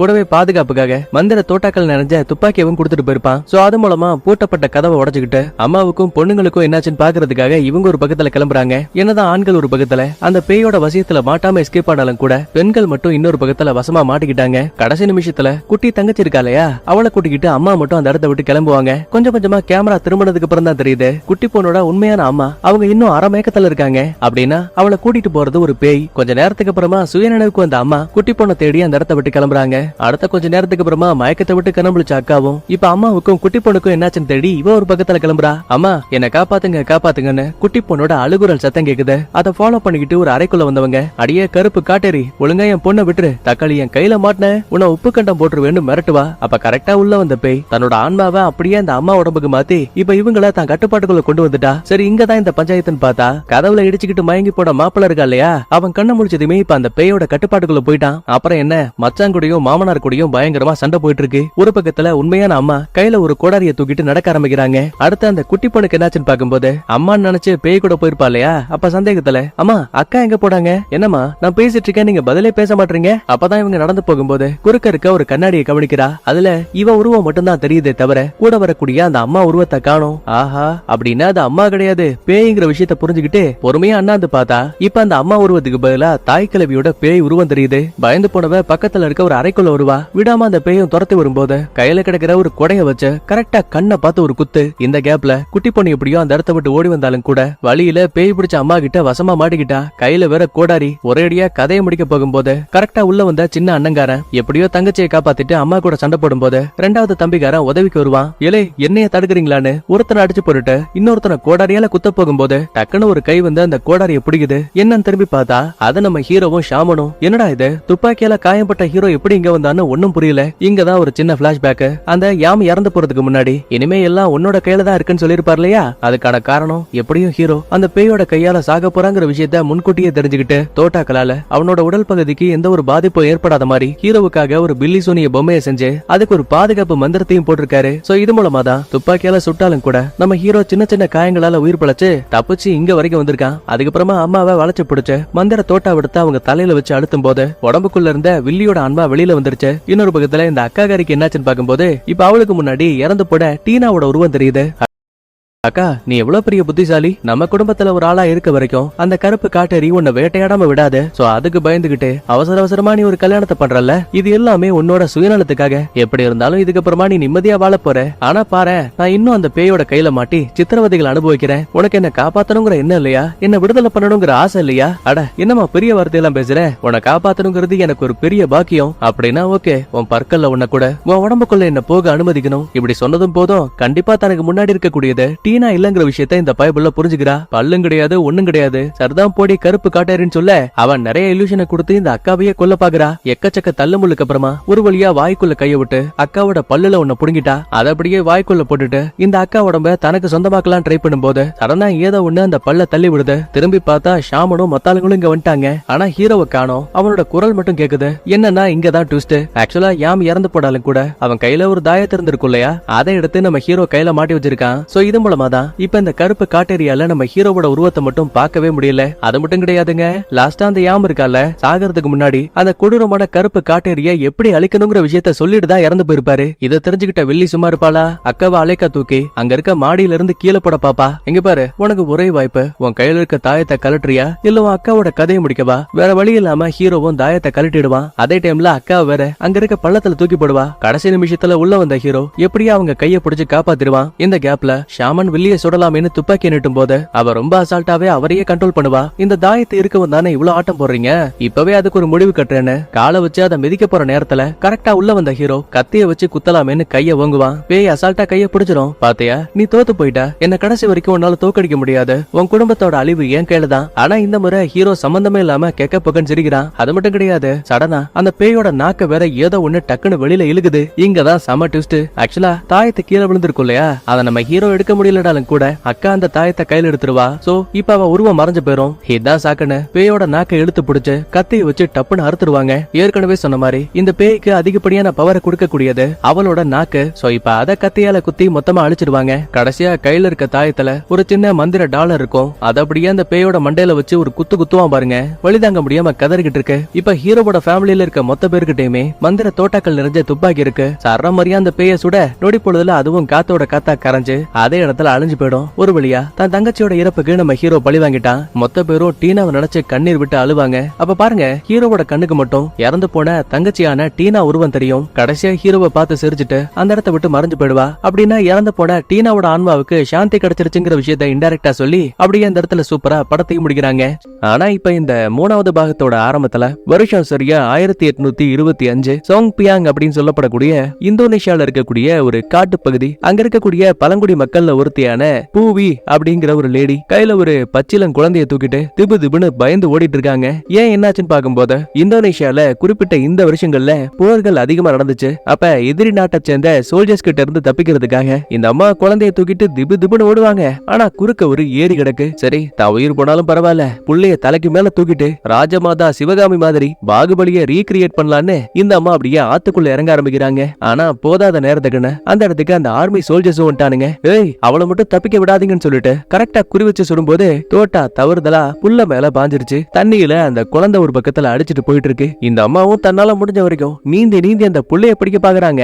ஆனா தண்ணீரோட வேகத்துக்கு இவங்களால ஈடு கொடுக்க முடியல. இந்த சம்பவங்கள் நடந்து சில நாட்களுக்கு பிறகு உயிர் தப்பிச்ச அந்த பூவிங்கிற லேடி இவங்களோட குலதெய்வத்துக்கிட்ட வராங்க. அதுலயும் கையில ஏதோ ஒரு துணிப்பைய வேற கொண்டு வந்திருக்காங்க. அது குழந்தையா என்ன ஏதுங்கிறது தெளிவா தெரியல. எப்பா கடவுளே, உனக்கு மனசாட்சியே இல்லையா? நான் பிறந்ததுல இருந்து எங்க அம்மாவை விட உன் கால்ல தான் தினமும் வந்து விழுந்திருக்கேன். ஆனா என் புள்ளைய பறி கொடுத்த அந்த நேரத்துல கூட நீ வந்து என்ன காப்பாத்தல. அப்படின்னா நீ எல்லாம் ஒரு கடவுளா? நீ வெறும் குப்பை. இனிமே உன்னை நம்ப எனக்கு எந்த பிரயோஜனமும் கிடையாதுன்னு கையில வச்சிருந்த துணியை அப்படியே டப்புன்னு அங்க இருக்க நெருப்புல போட்டாங்க. சுத்தி இருந்த மத்தாளுங்க சும்மா இருப்பாங்களா? அடி பைத்தியக்காரி, புள்ளைய கொண்டு போய் நெருப்புல போறேன்னு அந்த துணி எடுத்து பார்த்தா உள்ள புள்ளைய காணோம். அதுக்கு பதிலா ஏதோ ஒரு காய் இருக்குது. அப்படின்னா கடைசி வரைக்கும் இந்த பூவி லேடிக்கு அந்த குழந்தை கிடைக்கவே இல்லை போலங்க. அதே டைம்ல சுத்தி இருக்கக்கூடிய ஊர் மக்களும் நம்ம கடவுளையே அவதூறா பேசுற, நீ ஒரு சூனியக்காரி, நீ ஒரு கெட்ட சக்தி, அப்படி இப்படின்னு பேசிட்டு அடி அடி நடிக்கிறானுங்க. ஆனா அப்பவுமே பூவிக்கு இந்த கடவுளை சுத்தமா பிடிக்கல. ரத்த காயங்களோட திரும்ப எழுந்த பூவி, என்னடா பொல்லாத சாமி, என் புள்ளைய காப்பாத்தாத கடவுள் இனிமே இங்க இருக்க கூடாதுன்னு சொல்லிட்டு அந்த ஒட்டுமொத்த இடத்தையுமே நெருப்பு வச்சு எரிச்சிருவாங்க. சொல்ல போனா அந்த சிலையோட சேர்த்து இவங்களும் அந்த கோயிலுக்குள்ளேயே மொத்தமா எரிஞ்சு இறந்து போயிடுவாங்க. ஆனா ஒண்ணு, சாகிறதுக்கு முன்னாடி உங்க எல்லாரையும் கண்டிப்பா நான் பழி வாங்குவேன். என் குழந்தை கூட இல்லாத சந்தோஷம் உங்களுக்கு கிடைச்சா அதை நான் மொத்தமா அழிப்பேங்கிற மாதிரி இந்த அம்மா சொல்லிட்டு இருக்காங்க. இது எல்லாத்தையுமே ஒரு சின்ன கிளிப்பிங்கா காட்டி முடிச்சதுக்கு அப்புறம் தான் மங்களகரமா டைட்டில போட்டு படமும் ஆரம்பிக்குது. கட் பண்ணா சீன் அப்படியே நம்ம கதையோட ஹீரோ பக்கமா திரும்புது. வெளியில போன ஹீரோவும் கதவை படார்னு திறக்கும் போது எவனோ ஒருத்தன் அதுல நூலை கட்டி வச்சிருக்கான். அதுலயும் முக்கியமா இவனுக்கு குட்டி தங்கச்சி இருக்கும் இல்லையா, அந்த புள்ள சேர்ல உட்காந்துருக்கா. அவளோட பல்லுல தான் இந்த கதவுல கட்டி இருந்த மறுபக்க நூலும் கட்டி இருக்கு. வேகமா ஓடி வந்து ஹீரோவை கட்டி பிடிச்சவ, அண்ணா பாருண்ணா, என் பல்ல பொடுக்கிறதுக்காக கைத்த கட்டி இழுக்குறாங்க. சரி சரி அழாத, நல்லா பாரு, உன் பல்லு ஒரு வழியா வந்துருச்சு. அப்புறம் என்ன, இதுக்கப்புறம் நீயும் பெரிய மனுஷி ஆயிடுவ, உனக்குன்னு பாய் ஃப்ரெண்ட் எல்லாம் கிடைக்கும்னு அண்ணன் தம்பிங்க 3 பேருமே வம்புழுத்துட்டு இருக்காங்க. போதாத குறைக்கு ஹீரோவோட அக்கா வேற இங்க வந்திருக்காங்க. புள்ள நிறமாத கர்ப்பிணி, இன்னும் 2 மாசத்துல குழந்தை பிறக்க போகுது. அப்ப உடனே தம்பிக்காரனும், என்னக்கா தனியா வந்திருக்க, மாமா எங்க? மன்னிச்சரா, இது கரும்பு சீசன் ஆச்சே, அதனாலதான் மில்லுக்கு லோடு கொண்டு போடணும்னு மனுஷன் ரொம்ப பிஸியா இருக்காரு. இப்ப பேசி முடிச்சிட்டு வெளியில வந்த அண்ணங்காரன் குட்டி பொண்ணோட பிடுங்கப்பட்ட பல்லு இருக்கு இல்லையா, அதை வீட்டோட கூரையில போட்டு வைக்கிறான். ஏன்னா அப்பதான் திரும்ப பல் முளைக்குங்கிறது இவங்களோட ஒரு சம்பிரதாயம், அதாவது ஒரு நம்பிக்கை. கொஞ்ச நேரத்துக்கு பிறகு எல்லாம் ஒண்ணா உட்காந்து சாப்பிட ஆரம்பிக்கிறாங்க. குட்டி பொண்ணு ஒரு பக்கத்துல, இன்னும் கொஞ்ச நாள்ல உனக்கு பாப்பா வந்துச்சுன்னா நான் தான் அவளுக்கு சித்தியா இருப்பேன்னு ஃபன் பண்ணிட்டு இருக்கா. அப்ப உடனே கூட இருக்க அம்மாவும், எல்லாம் கொஞ்சம் அமைதியாகுங்க, நான் இப்பதான் கேள்விப்பட்டேன். ஏண்டா ஹீரோ, நீ என்னமோ மறுபடியும் ஆர்மிக்கு போக போறியாமே, விஷயத்தை கேள்விப்பட்டியா? பக்கத்து ஊர்ல ஆர்மி செலக்ஷனுக்கு ஆள் எடுக்கிறாங்க. இல்லமா, நான் இப்போதைக்கு தெளிவான முடிவுல இல்ல, நான் யோசிச்சுட்டு பொறுமையா சொல்றேன். நேரம் போக நைட் ஆகுது. நம்ம அக்கா காரி தனியா ரூம்ல இருப்பாங்க. அப்ப உள்ள வந்த ஹீரோவும், பரவாயில்லையே, அம்மா இல்லாம தனியா தூங்க பழகிட்ட போல. ஆமா, இன்னும் 2 மாசத்துக்கு அப்புறம் நானும் அம்மா தானே. சரி, அதெல்லாம் இருக்கட்டும், இப்பதான் பிரச்சனை எல்லாம் முடிஞ்சு போச்சு. அந்த பூபிங்கிற பேயை கூட நம்ம அழிச்சாச்சுல்ல, அப்புறம் ஏன் இன்னும் நீ ஆர்மிக்கு போகாம இருக்க? இந்த பாரு, எனக்குள்ள நிறைய சந்தேகங்கள் இருந்துகிட்டே இருக்கு. ஒருவேளை அந்த பேய் இன்னும் அழியலையோ, திரும்ப வந்துருமோன்னு நிறைய அமானுஷமான கனவுகளும் வருது. எல்லாத்தையும் யோசிச்சு பார்க்கும்போது என்னால எப்படி இங்க இருந்து நிம்மதியா போக முடியும்? நாட்டை மட்டும் இல்ல, நம்ம குடும்பத்தையும் நான் தான் பாதுகாத்தாகணும். அப்ப உள்ள வந்த தம்பிகளும், இந்த பாரு ப்ரோ, நீ தைரியமா போயிட்டு வா, வீட்டை நாங்க பாத்துக்கிறோம், ஆர்மி ஆபீசருக்கு சல்யூட்னு தம்பிகார ஃபன் பண்ணிட்டு இருக்கான். சரி சரி, ரொம்ப நடிக்காதீங்க, எனக்கு உங்க மேல நம்பிக்கை இருக்கு, நானும் ஆர்மிக்கு போக ரெடியா இருக்கேன்னு ஹீரோவும் வெளிப்படையா சொல்லிட்டான். அடுத்த சில மணி நேரங்களுக்கு அப்புறமா அக்கா ஹாரி குட்டி பொண்ணு கூட நல்லா தூங்கி போயிடுவா. அப்ப திடீர்னு மேற்கூரையில யாரோ ஒருத்தர் நடக்கிற மாதிரியான அமானுஷ்ய சத்தம் கேக்குது. அப்படியே கேமரால நமக்கு மட்டும் காட்டுறாங்க. வீட்டோட மேற்கூரையில குட்டி பொண்ணோட பிடுங்கப்பட்ட பல்ல போட்டிருப்பாங்க இல்லையா, இப்ப அத ஒரு விகாரமான பேய் கைகள் வந்து எடுக்கிற மாதிரி தெரியுது. ஒருவேளை 2வது பாகத்துல அழிச்ச வில்லியான பூவி திரும்ப வந்துட்டாலோ, தெளிவா தெரியல, பொறுத்து இருந்து பாப்போம். இந்த இடத்துல முதல்ல கட் பண்ணா காலையில விடுது. வழக்கம் போல நம்ம குட்டி பொண்ணு பள்ளிக்கூடத்துக்கு வந்திருப்பா. அன்னைக்கான கிளாஸ் முடிச்சிட்டு மத்த ஸ்டூடெண்ட்ஸ் எல்லாம் அங்க இருந்து கிளம்பிட்டாங்க. குட்டி பொண்ணு தான் கடைசியா பேக்ல திங்ஸ் வச்சிட்டு இருப்பா. அப்ப சடனா பேக் சைடுல இருந்து ஒரு சின்ன சத்தம் கேக்குது. என்ன இது? ஒருத்தன் கூட இங்க இல்ல. ஆனா இந்த சத்தம் இங்க இருந்து வந்துச்சுன்னா ஒரு பயத்தோடய இவ்வளவு கொஞ்சம் கொஞ்சமா அங்க இருக்க டேபிள் கிட்ட வரும்போது படார்னு ஒரு குட்டி பையன் உள்ள பூந்து இவ்வளவு பயமுறுத்துவான். இவ சும்மா இருப்பாளா? ஓங்கி மூஞ்சி மேலேயே ஒரு குத்து. அட பாவி, என்ன மன்னிச்சிடுறா, நான் வேற ஏதோ ஒன்னா இருக்கும்னு நினைச்சு பயந்துட்டேன். அடி போடி குந்தாணி, நீ தனியா வீட்டுக்கு போறியே, நானும் உன் துணைக்கு வரவான்னு கேட்கதான் இவ்வளவு நேரம் ஒளிஞ்சிருந்தேன். இல்ல எங்க அண்ணனுங்க வரேன்னு சொன்னாங்க, அவங்க கூட தான் நான் வருவேன். சரி அப்படின்னா நான் கிளம்புறேன்னு அந்த பையன் கிளாஸை விட்டு வெளியில போயிட்டான். ஆனா பாருங்க, மறுபடியும் கரக்கு முறக்குன்னு ஏதோ ஒரு சத்தம் கேக்குது. ஆக்சுவலா இவளுக்கு அது என்னன்னு தெரியாம இருக்கலாம். ஆனா நமக்கு லைட்டா பிளர் பண்ணி அங்க இருக்க கண்ணாடி பெட்டிக்குள்ள ஒரு அமானுஷமான பேய் உருவம் நிக்கிற மாதிரி லைட்டா காட்டுவாங்க. அதுவே இவ பாக்கும்போது அந்த இடத்துல எதுவும் இல்ல. ஆஹா, ஏதோ ஒண்ணு தப்பா இருக்கு, முதல்ல இங்க இருந்து வீட்டுக்கு போலான்னு பேக தூக்கிட்டு குடு குடுன்னு ஓட ஆரம்பிக்கிறா. ஆனா பாருங்க, இவ கிளாஸ கடந்து போகும்போது ஒவ்வொரு ரூமோட கதவு ஆட்டோமேட்டிக்கா ஓபன் ஆகுது. ரைட்ரா, நடந்தா வேலைக்கு ஆகாதுன்னு வேகமா ஓட ஆரம்பிக்கிறா. பள்ளிக்கூடத்தை விட்டு வெளியில போக போற அந்த டைம்ல கரெக்டா அங்க இருக்கக்கூடிய கேட் ஆட்டோமேட்டிக்கா லாக் ஆகுது. காப்பாத்துங்க காப்பாத்துங்கன்னு கத்துறா. ஆனா இந்த சத்தம் இந்த அறையை விட்டு வெளியில போகவே இல்ல. என்ன நடக்குதுன்னு யோசிச்சுக்கிட்டு லைட்டா முன்னாடி பார்க்கும்போது ரொம்பவே வித்தியாசமான ஒரு கருப்பு பேய் ஒண்ணு நிக்குது. நம்ம குட்டி பொண்ணு இத பார்த்தா சும்மா இருப்பாளா? திரும்ப அந்த இடத்தை விட்டு நேரா கிளாஸ்க்குள்ள ஓடலான்னு பாப்பா. மறுபடியும் சுத்தி இருக்க கதவுகள் ஆட்டோமேட்டிக்கா டம்முன்னு லாக் ஆகுது. அப்போ ஒரு கட்டத்துல திடீர்னு முன்னாடி அந்த கருப்பு பேய் வந்து நிக்கும். நல்லா சர்வலட்சணமா இருக்குங்க, காட்டுவாசி பேய் போலங்க. மூக்கு தாடை பகுதின்னு 2-3 குச்சியெல்லாம் சொருகி வச்சிருக்கு. இவ்ளோ க்ளோஸ் அப்ல பார்த்த நம்ம குட்டி பொண்ணு பேனு கத்துவா. இப்ப இந்த சவுண்ட் கரெக்டா பள்ளிக்கூடத்துக்கு இவளை கூப்பிட வந்த ஹீரோவுக்கும் அவளோட தம்பிகளுக்கும் கேக்குது. என்னாச்சு ஏதாச்சுன்னு புரியாம வேகமா ஹீரோவும் மேல ஓடி வருவான். குறுக்க கேட்டு லாக் ஆயிருக்கு. குழந்தையோட திங்ஸ் எல்லாம் செதறி கிடக்கு. மல்லு கட்டி கேட்டை திறந்துட்டு நேரா குட்டி பொண்ணோட கிளாஸுக்கு வந்து பார்க்கும்போது அங்க இருக்கக்கூடிய கண்ணாடி பட்டகத்துல எலும்புக்கூடு பொம்மை இருக்கும். அதோட கைகள் இவளோட கழுத்தை நெருக்குது. ஆரம்பத்துல ஹீரோவுக்குமே அது வெறும் பொம்மையை போலதான் தெரியும். ஆனா மறுபடியும் நல்லா கண்ணை தேய்ச்சிட்டு பார்க்கும்போது அது அந்த மூக்குத்தி பேயா தெரியுது. தலைவன் சும்மா இருப்பானா? இந்த பாரு, உன்னை நான் எச்சரிக்கிறேன், ஒழுங்கா அவளுக்கு எதுவும் பண்ணாம விட்டுரு. அப்புறம் பேசுறதுக்கு வேற ஏதாவது இருக்கான்னு அந்த பேய் ரொம்ப இலக்காரமா ஹீரோவை பாக்குது. நடி விட்டா ஓவரா பண்ணிட்டு இருக்கேன்னு இவங்கிட்ட தான் எப்பவுமே ஒரு மந்திர துணி பாக்கெட்லயே இருக்கும்ல, அத கையில சுத்திட்டு படார்னு கண்ணாடியில ஒரு குத்து. குட்டி பொண்ண காப்பாத்தியாச்சு. ஆனா இப்ப அந்த இடத்துல பேய காணோம். செல்லம், உனக்கு எதுவும் ஆகலையே, அண்ணன் வந்துட்டேன்னு சொல்லுவான். ஆனா அவ இப்ப நார்மலா இல்ல. உடஞ்ச கண்ணாடி துண்டை எடுத்து கையில வச்சுக்கிட்டு ஹீரோவோட தோள்பட்டையில ஒரு குத்து. அதோட விடல, நம்மால கீழே தள்ளி அவன் கதையை முடிக்க ட்ரை பண்ணுவா. உருவத்துல வேணா குட்டியா இருக்கலாங்க, ஆனா அவளுக்குள்ள இருக்க பேய் ஒரு மூக்குத்தி பேய். சோ பலம் ரொம்பவே அதிகமா தெரியுது. ஹீரோவாலேயே கண்ட்ரோல் பண்ண முடியல. வெளியில இருக்க தம்பிங்க வேற ஹீரோவுக்கு ஹெல்ப் பண்ணலான்னு உள்ள வருவானுங்க. அப்ப திடீர்னு இந்த கட்டடத்தோட வாட்ச்மேன் இருப்பான் இல்லையா, அந்த பயபுள்ள உள்ள பூந்து இவங்க கூட சண்டை போடுவான். சோ இந்த ஒரு சீன்லயே ரொம்ப தெளிவா தெரியுது, இங்க வந்தது ஒரு பேய் கிடையாது, 2 பேய். வெளியில கிடக்கிற தம்பிங்க 2 பேரும் அடிபட்டு கீழே விழுந்துருவாங்க. அந்த வாட்ச்மேன் இப்ப ஹீரோவை அடிக்கலான்னு வருவான். ஆனா இவங்கிட்ட அந்த பாட்சா எதுவும் பலிக்கல. மல்லு கட்டி வாட்ச்மேன் அடிச்சாலும் கூட இந்த தங்கச்சியை காப்பாத்தலாம் நினைக்கும் போது இவங்க எல்லாருக்குமே சடனா ஒரு பாட்டு கேட்க ஆரம்பிக்குது. எக்ஸாக்டா இந்த பாட்டு 2வது பாகத்துல அந்த கருப்பு காட்டேரியான பூபி இருக்கா இல்லையா, அவ பாடின பாட்டு. ஒரு சில நொடிகள்லயே தம்பிங்க 2 பேரும் உறக்க நிலைக்கு போயிடுவாங்க. ஆனா ஹீரோ தூங்க கூடாதுங்கிறதுக்காக தாங்கிட்ட இருக்க லைட்டரை வச்சு தன் கைகள்ல நெருப்பு வச்சு காயப்படுத்துவான். ஏன்னா அப்பதானே இந்த வழியால தூக்கம் வராது. ஆனா இவன் நினைச்ச மாதிரி எதுவும் நடக்கல. ரொம்ப ஈஸியாவே அந்த குட்டி பொண்ணு நெருப்பு அணைச்சு விட்டுருவா. அப்புறம் என்ன, நம்ம ஆளு அதே இடத்துல மயங்கிட்டான். குட்டி பொண்ணு அங்க இருந்து தொலைஞ்சு போயிடுவா. மறுபடியும் கண்ணு முடிச்சவனுங்க நேரா வீட்டுக்கு வரானுங்க. தன்னோட குருவான ஷாமன் கிட்ட நடந்த எல்லாத்தையுமே ஹீரோ சொல்லும் போது அவருக்குமே ரொம்ப ஷாக்கா இருக்கு. நம்ம அந்த பூவிங்கிற பேயை அழிச்சிட்டோமே, அப்படி இருக்கும்போது இந்த பேய்கள் எங்க இருந்து வந்துச்சு? அந்த பூவி பாடின அதே பாட்டை எதுக்காக இந்த பேய்கள் பாடுச்சு? இந்த மாதிரி நிறைய கேள்விகள் உருவாகுது. ஆனா பிரச்சனை இது மட்டுமே கிடையாது. எப்படியாச்சும் நம்ம குழந்தைய கண்டுபிடிக்கணும். ஷாமன், உங்ககிட்ட அதுக்கு ஏதாவது வழி இருக்கான்னு கேட்கும்போது ஒரே ஒரு வழி இருக்குன்னு சொல்லுவாரு. இதுக்கு முன்னாடி இறந்து போன ஹீரோவோட 2வது தங்கச்சியான டீனா ஒருவேளை அவளோட ஆன்மாவை வெளியில வர வச்சு ஓஜா போர்ட் மாதிரி ஒரு சின்ன கேம விளையாண்ட நம்ம குட்டி பொண்ணு பாதுகாப்பா இருக்காளா இல்லையாங்கிறத தெரிஞ்சுக்க முடியும். ஆனா இந்த சடங்குல ஒரு முக்கியமான கண்டிஷன் இருக்கு. நீங்க வரப்போற அந்த டீனாவோட ஆன்மாவை சந்தேகப்படக்கூடாது, முழுமையா அதை நம்பணும். அப்புறம் இன்னொன்னு, சடங்கு முடியற வரைக்கும் இந்த கண்ணாடி கிளாஸ்ல இருந்து உங்க கைகள் எடுக்க கூடாது. முக்கியமா அந்த கண்ணாடி உடையவும் கூடாது. இந்த ரூல்ஸ் அண்ட் ரெகுலேஷன் எல்லாம் சொல்லி முடிச்சதுக்கு அப்புறமா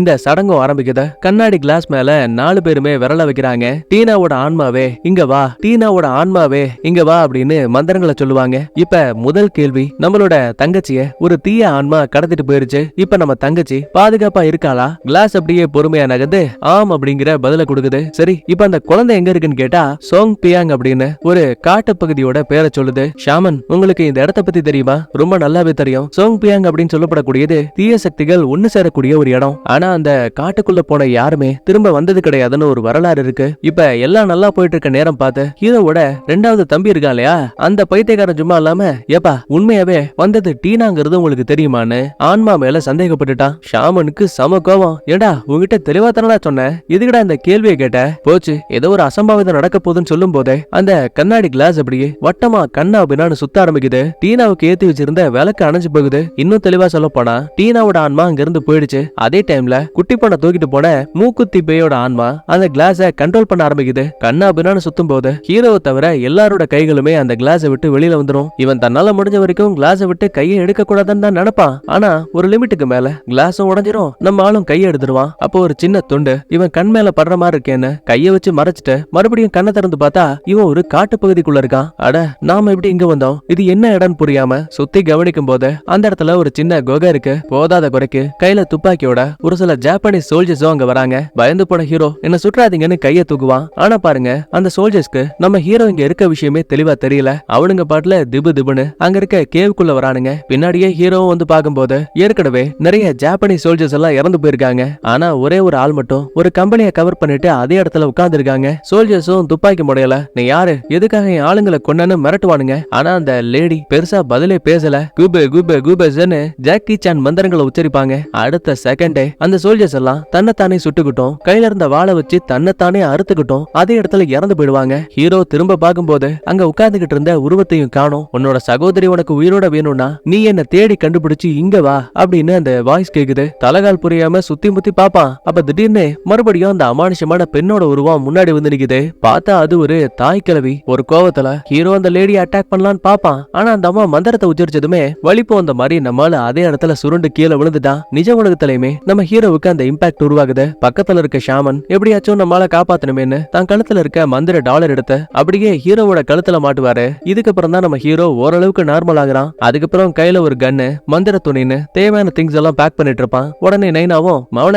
அப்பா நான் வரேன், அந்த வேம்பலிய நான் அடிச்சு தூக்குறேன்னு நைனா கன்னை வச்சு காமெடி பண்ணிட்டு இருக்காரு. யோ நைனா, பெரிய மச்சமா நடந்துக்கையா, நீ எங்க கூட வந்துட்டா வீட்டை யாரு பாத்துப்பா, தம்பிங்களும் உங்களுக்கு துணையா இருப்பாங்க. அதுக்கப்புறம் இந்த இடத்தை விட்டு சோங் பியாங் அப்படிங்கிற காட்டு பகுதிக்கு ஷாமனும் ஹீரோவும் கார்ல கிளம்புறாங்க. நினைக்கிறத விட இந்த காட்டு பகுதி ரொம்ப ரொம்ப பெருசு. இதுக்கிடையில மயக்கத்தை விட்டு நம்ம குட்டி பொண்ணு கொஞ்சம் கொஞ்சமா கண்ண முழுகிறா. இவ இப்ப அந்த கேவுக்குள்ள இருக்கா. அக்கம் பக்கத்துல நிறைய மனித எலும்புக்கூடுகள் இருக்கு. இத பார்த்து பயந்து போனவ அங்க இருந்து திபு திபுன்னு வெளியில ஓடி வருவா. அப்படியே இன்னொரு பக்கத்துல நம்ம ஹீரோவும் ஷாமனும் ஒரு வழியா காட்டு பகுதிக்குள்ள வந்துட்டாங்க. முன்னாடி ஒரு மிகப்பெரிய ஆறு இருக்கு. அதை கடந்துதான் காட்டோட மறுபக்கத்துக்கு போயாகணும். அதாவது சோங் பியாங் அப்படின்னு சொல்லப்படக்கூடிய அந்த பகுதிக்கு. சோ இப்ப வண்டியை ஸ்டாப் பண்ணிட்டு டிக்கியில இருக்க திங்ஸ் எல்லாம் எடுக்கலான்னு கதவை திறந்தா உள்ள இவ்ளோ நேரமா ஹீரோவோட தம்பிங்க 2 பேரும் பதுங்கி வந்திருக்கானுங்க. அட பாவீங்களா, ஏண்டா முட்டா பேச்சுங்களா, நீங்க இங்க வந்துட்டா வீட்டை யாரா பாத்தப்பா, அப்பாவுக்கு மட்டும் இது தெரிஞ்சது. அட சும்மா இருப்பா, நீ வேற காமெடி பண்ணிக்கிட்டு, அனுப்பி வச்சதே அப்பாதான், உனக்கு துணையா இருக்கட்டும் தான் நாங்க வந்தோம். உசுரே போனாலும் சரி தங்கச்சியை காப்பாத்தாம இங்க இருந்து கிளம்ப மாட்டோம். சரி வந்து தொலைங்க. ஆனா ஒண்ணு, எப்பவும் பக்கத்திலே வாங்க, தனியா தொலைஞ்சு போயிடாதீங்கன்னு வார்னிங்க கொடுத்துதான் நேரா பக்கத்துல இருக்க ஆத்தங்கரைக்கு வராங்க. நினைக்கிறத விட இந்த ஆறு ரொம்பவே பெருசா இருக்கு. முதல்ல ஹீரோ, ஷாமன், அப்புறம் அண்ணங்காரன், கடைசியில தம்பின்னு ஒன் பை ஒன்னா நடக்க ஆரம்பிக்கிறாங்க. அப்ப ஏதோ ஒண்ணு தம்பிக்காரன் கால்ல வந்து உரசுது. பயந்து போனவன், அண்ணா என் காலு கடியில ஏதோ ஒரு பேய் இருக்கு, அது என்ன பிடிக்க பாக்குதுன்னு கத்த ஆரம்பிக்கிறான். ஒரு பயத்தோடய ஹீரோவும் கண்ணை வச்சு செக் பண்ணுவான். ஆனா வந்தது பேய் கிடையாது, தண்ணியில அடிச்சிட்டு வரப்பட்ட ஒரு சின்ன வேறு. ஏண்டா முட்டா பீஸு, இத பார்த்தா பயந்துன்னு சிரிக்கிறானுங்க. அதுக்கப்புறம் மறுபடியும் நடக்கும்போது இந்த முறை தம்பிக்காரனை ஏதோ ஒண்ணு படார்னு தண்ணிக்குள்ள இழுக்குது. உண்மையை சொல்ல போனா இவனை மட்டும் கிடையாது, நம்ம ஷாமன், அண்ணங்காரன், கடைசியில நம்ம ஹீரோன்னு மொத்த பேரையுமே தண்ணிக்குள்ள இழுக்குது. பாக்குறதுக்கு உருவத்துல கடல் கண்ணி பேய்களை போல இருக்கு. ஒன்னும் பசங்களோட காலை பிடிச்சு இழுக்க ஆரம்பிக்குது. நல்ல வேலை நம்ம ஹீரோ கிட்ட மந்திர கத்தி இருக்கு. சோ அதை வச்சு பேயோட தலையில ஒரு குத்து குத்து அது அப்படியே காத்துல மறைஞ்சு போயிடும். தன்னை காப்பாத்திக்கிட்டா மட்டும் போதுமா, மீதி இருக்க தம்பிகளை காப்பாத்தணுமேனு ஒவ்வொரு பேயையும் நம்ம ஹீரோ அழிச்சு அவங்கள காப்பாத்திட்டான். அதே டைம்ல ஷாமன் இவரு தாங்கிட்ட இருக்க ஒரு தாயத்தை பயன்படுத்துவாரு. அதுல இருந்து ஒரு சிங்கத்தோட கடவுள் சக்தி வெளியில வந்து இவரை கொல்ல வந்த அந்த கடல்கனி பேய் அப்படியே அழிச்சிரும். ஒரு வழியா 4 பேரும் தப்பிச்சு கரை ஒதுங்குறாங்க. நான் தான் உங்ககிட்ட படிச்சு சொன்னல தண்ணிக்குள்ள ஏதோ இருக்குதுன்னு, நீங்க தான்டா கேக்கல முட்டா பீசுங்களான்னு தம்பிக்கார சீன் போட்டு கத்திட்டு இருக்கான். அப்படியே இந்த பக்கத்துல நம்ம குட்டி பொண்ணு கேவ விட்டு தப்பிச்சு வெளியில வந்திருப்பால. அப்ப திடீர்னு இவன் நடந்து போற பாதையில மூக்குத்தி பேய்கள் ஜோடியா வந்து நிக்குது. பாவம் புள்ள பயந்து ஓட நினைக்கும் போது தடுமாறி கீழே விழுந்துட்டா. மூக்குத்தி பேய் மூஞ்ச காட்டி பயமுறுத்தும். இவ சும்மா இருப்பாளா? ஒரு வெறியில பக்கத்துல கிடைக்கிற கல்ல எடுத்து டபார்னு மண்டையில ஒரு அடி, கபாலமே கலங்கி போயிடுச்சு. 2வது பேய் படார்னு கைய பிடிச்சா குட்டச்சி குசும்புகாரி போலங்க. பயமே இல்லாம பேயோட கையவே கடிச்சு துப்பிட்டு மறுபடியும் அங்க இருந்து மேரத்தான் ஓட்டப்பந்தயம் மாதிரி ஓடிக்கிட்டே இருக்கா. அப்பதான் சடனா இதே காட்டுக்குள்ள இருக்க நம்ம ஹீரோவோட கேங்குக்கு குட்டி பொண்ணு கத்தக்கூடிய சத்தம் கேக்குத. தங்கச்சி நீ எங்க இருக்கன்னு கத்திக்கிட்டு ஹீரோ தனியா கையில கண்ணோட துரத்தி வருவான். அப்பதான் கரெக்டா குட்டி பொண்ணும் பயந்து ஓடி வந்து சடனா ஹீரோ மேலேயே இடிக்கிறா. சொல்லும் உனக்கு எதுவும் இல்ல, அண்ணன் வந்துட்டேன், நான் உன்னை பாதுகாக்கிறேன்னு பையன் கட்டி பிடிச்சு அன்பு மலைய பொழிவான். இவளுக்குமே இப்பதான் ஓரளவுக்கு நிம்மதியா இருக்கும். ஆனா அந்த சந்தோஷம் ரொம்ப நேரத்துக்கு நீடிக்கல. ஏன்னா இந்த ஹீரோ சம்பந்தமே இல்லாம குட்டி பொண்ண ரொம்ப டைட்டா கட்டி பிடிக்கிறான். ஆனா என்ன பண்ற, எனக்கு ரொம்ப வலிக்குதுன்னு கத்திட்டு படார்னு விலகினவ இப்பதான் எனக்கு புரியுது, கண்டிப்பா நீ என்னோட அண்ணன் கிடையாதுல்ல. செல்லம் என்ன பேசிட்டு இருக்கமா, நல்லா பாரு, அண்ணன் முகத்தையே மறந்துட்டியா? நான் தான் உங்க அண்ணன். இல்ல நீ போய் சொல்ற, நீ என் அண்ணன் கிடையாது. இப்படி சொன்னதுமே அந்த மாறு விஷயத்துல வந்து பேய் உருவமும் சிரிக்க ஆரம்பிக்குது. கோவத்துல மறுபடியும் கல்ல கையில எடுப்பா. ஆனா அந்த மூக்குத்தி பேய் அசால்ட்டா தடுத்துருச்சு. இருந்தாலும் குட்டி பொண்ணு பயப்படல, லைட்டா வில்லத்தனமா சிரிக்கிறா. என்னடான்னு பார்த்தா மறைச்சு வச்சிருந்த ஒரு மரக்கட்டை எடுத்து பச்சைக்கண்ணு கழுத்துல ஒரு ஏத்து. ஆனா இது எதுவுமே பேய காயப்படுத்தல. ரொம்ப அசால்ட்டா கட்டைய உருவி போட்டுட்டு மறுபடியும் குட்டி பொண்ணை துரத்த ஆரம்பிக்குது. பாவங்க இவ்வளவுதான் இந்த பயப்புல ஓடி வந்தாலும் கூட கடைசியில இவ ஆரம்பிச்ச இடத்துக்கு ஏதாவது வந்து நிக்கிறா. கண்ணுக்கு முன்னாடி அந்த கேவ் இருக்கு. அப்பதாங்க ஹீரோ இல்லூஷன்ல பார்த்த அந்த கிளவியோட பேய் இருக்கு இல்லையா, அது முன்னாடி வந்து நிக்கும். மறுபடியும் குட்டி பொண்ணு தப்பிக்கலான்னு ட்ரை பண்ணுவா. ஆனா ஏதோ ஒண்ணு இவ காலை பிடிச்சு தரன்னு அந்த கேவுக்குள்ள இழுத்துட்டு போற மாதிரி தெரியுது. கட் பண்ண இதே டைம்ல நம்ம ஹீரோவோட டீம் நைட்டு வரைக்கும் தங்கச்சியை தேடி இருப்பாங்க. இப்ப வரைக்கும் எந்த ஒரு தகவலும் கிடைக்கல. அப்பதான் வழியில ஒரு பழங்குடி மக்களோட கிராமத்தை கண்டுபிடிக்கிறாங்க. தோ இந்த அக்கா இருக்காங்க இல்லையா, இவங்க தான் இந்த கிராமத்தோட தலைவி. இவங்கள ஷார்ட்டா கேடி பொண்ணு அப்படின்னு மைண்ட்ல வச்சுப்போம். கூடவே நிக்கிற அல்ல கைய பயில்வான் அப்படின்னு மைண்ட்ல வச்சுப்போம். ஆமா, யார் நீங்க, எதுக்காக இங்க வந்தீங்க? ஆக்சுவலி நாங்க எல்லாருமே ஒரே ஃபேமிலியை சேர்ந்தவங்க. என்னோட சகோதரிய சோங்ஃபியாங் காட்டுக்குள்ள ஒரு தீய சக்தி தூக்கிட்டு வந்துச்சு. அது பாக்குறதுக்கு ஏதோ பழங்குடி கிராமத்தை சேர்ந்த ஒரு பேய் மாதிரியே இருந்துச்சு. பயந்து போன கேடி பொண்ணும், பாருங்க நீங்க தப்பான இடத்துக்கு வந்திருக்கீங்கன்னு நினைக்கிறேன். இந்த காடு நீங்க நினைக்கிறத விட ரொம்ப ஆபத்தானது. போர் காலங்கள்ல நிறைய சோல்ஜர்ஸ் எல்லாம் அந்த காட்டுக்குள்ள போயிருக்காங்க. ஆனா அவங்க கூட திரும்ப உயிரோட வந்தது கிடையாது. உன் தங்கச்சியை தேடி உயிரை விடுறதுக்கு இந்த இடத்த விட்டு கிளம்புறது உங்களுக்கு நல்லது. ஏன் என்னாச்சு, அந்த காட்டுக்குள்ள அப்படி என்ன மர்மங்கள் இருக்கு? அப்பதான் இந்த கேடி பொண்ணு ஒரு கதையை சொல்ல ஆரம்பிக்கிறா. சரியா 80 ஆண்டுகளுக்கு முன்னாடி பூவி அப்படின்னு சொல்லப்படக்கூடிய ஒரு பயங்கர தீய சக்தி எங்க கிராமத்தையும் எங்களோட மக்களையும் பயங்கரமா அட்டாக் பண்ண ஆரம்பிச்சது. நிறைய உயிர்கள் பறிப்போச்சு. இதை தெரிஞ்சுக்கிட்ட ஒரு புத்த துறவி தனக்குள்ள இருந்த அளவுக்கு அதிகமான பவர்ஸை பயன்படுத்தி அந்த தீய சக்திய ஒரு கல்லறைக்குள்ள சிறை வச்சாங்க. ஆனா நான் சொன்ன இந்த கதை இன்னும் முடியல. என்னதான் பெட்டிக்குள்ள அந்த தீய சக்தி சிறை வைக்கப்பட்டாலும் கூட சடனா ஒரு சில ஜாப்பனீஸ் சோல்ஜர்ஸ் எல்லாம் எங்களோட கிராமத்துக்குள்ள வந்தாங்க. எங்களோட மக்களை பாரபட்சம் இல்லாம சுட்டு சாகடிக்க ஆரம்பிச்சாங்க. இத அந்த நேரத்துல கிராமத்துக்குள்ள இருந்த ஒரு மந்திரவாதி தாய்க்கிழவி பார்த்து பொறுக்க முடியாம கிராமத்தையும் இந்த காடுகளையும் பாதுகாக்கிறங்கிற பேர்ல எஞ்சி இருந்த மக்களை பயன்படுத்தி மாடுகளையும் உயிர்களையும் பலி கொடுத்து சிறை வைக்கப்பட்ட அந்த கருப்பு காட்டேரிய திரும்ப வெளியில கொண்டு வர நினைச்சாங்க. ஏன்னா நூத்துக்கணக்கான சோல்ஜர்ஸை எதிர்த்து இவங்களால சண்டை போட முடியாது. ஆனா இந்த தீய ஆன்மா வாழ முடியும். அதுக்காக மட்டும்தான் இவ்வளவுத்தையும் பண்ணிருப்பானுங்க. கொஞ்ச நேரத்துக்கு அப்புறமா சடங்கும் நல்லபடியா முடியுது. அந்த பெட்டிக்குள்ள அடைக்கப்பட்ட தீய ஆன்மாவும் வெளியில வந்து இதுக்காக வைக்கப்பட்டிருந்த அந்த மாட்டு இற இருக்கு இல்லையா, அதையும் சாப்பிட்டுட்டு இவளை விடுவிச்ச இந்த கிராம மக்களுக்கு உதவியா இருப்பான்னு பார்த்தா அதான் கிடையாது. இந்த சடங்க செஞ்ச மொத்த பேரையும் நொடி பொழுதுல ரத்தம் கக்க வச்சு அதே இடத்துல சாகடிச்சிருவா. ஆனா இந்த தாய் கலவிய மட்டும் எதுவும் பண்ணாம அவளுக்கு சாக வரத்த ஒரு பரிசா கொடுத்திருப்பா.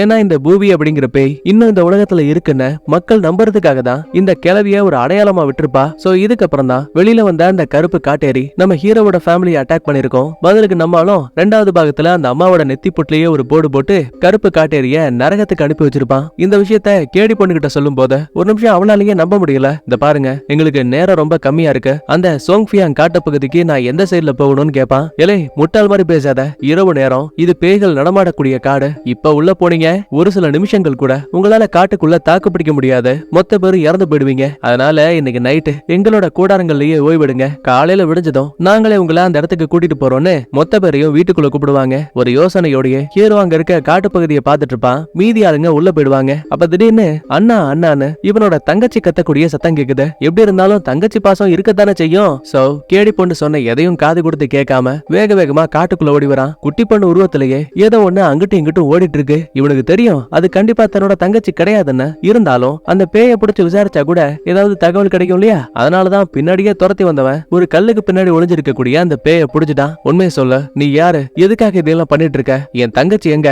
ஆனா அது பதிலே சொல்லல. அதே டைம்ல சடனா ஹீரோ நிக்கக்கூடிய இடம் டப்புன்னு உடஞ்சு பையன் உள்ள விழுந்துட்டான். தான் எங்க இருக்கோன்னு புரியாம லைட்டர் ஆன் பண்ணி பார்த்தா இவன் இப்ப இருக்கக்கூடியது ஒரு சவப்பெட்டிக்குள்ள. ஒரே ஒரு லைட்டர் மட்டும் தான் கையில இருக்கு. இவன் அதை உடைச்சு வெளியில போலான்னு பாக்குறான். ஆனா முடியல. நேரத்துக்குன்னு அந்த பேய்கள் வேற மயங்க வைக்கக்கூடிய அந்த பாட்டை பாட ஆரம்பிக்குது. தான் கட்டுப்பாட்டையும் மீறி நம்மால அதே இடத்துல மயங்கிட்டான். அப்ப கரெக்டா நம்ம ஹீரோவை தேடி ஷாமன் தம்பிங்க 2 பேருன்னு மொத்த பேரும் காட்டுக்குள்ள வந்துட்டானுங்க. ஆனா கிடைச்சது நம்ம ஹீரோவோட துப்பாக்கியும் டார்ச் லைட்டும் மட்டும் தான். ஒருவேளை அண்ணன் இறந்துட்டான் போலன்னு இவங்க ரொம்ப சோகமாகும் போது டக்குன்னு தரைக்குள்ள இருக்க சவப்பெட்டி எல்லாம் உடைச்சு தள்ளிட்டு ஹீரோவோட கை அப்படியே வெளியில வருது. அப்புறம் என்ன, மல்லு கட்டி எப்படியோ நம்மால காப்பாத்தியாச்சு. ஒரு குழப்பத்தோடயே, ஆமா நான் இந்த காட்டுக்குள்ள இருக்கேன்னு உங்களுக்கு எப்படி தெரியும்? உடனே ஷாமனும், இந்த பாரு அந்த கேடி பொண்ணுதான் உனக்கு உதவி பண்ண சொல்லி எங்களை அனுப்பி வச்சாங்க. ஹீரோவுக்கு எதுவுமே புரியல. அது எப்படி எனக்கு ஆபத்துங்கிற விஷயம் அவங்களுக்கு தெரிஞ்சிருக்கும்? ஒருவேளை அவங்களுக்குள்ள ஏதாவது பவர்ஸ் இருக்குமோன்னு ஒரு சின்ன சந்தேகம் உருவாகுது. இங்க கட் பண்ணா அடுத்து ஹீரோவோட வீட்டை காட்டுறாங்க.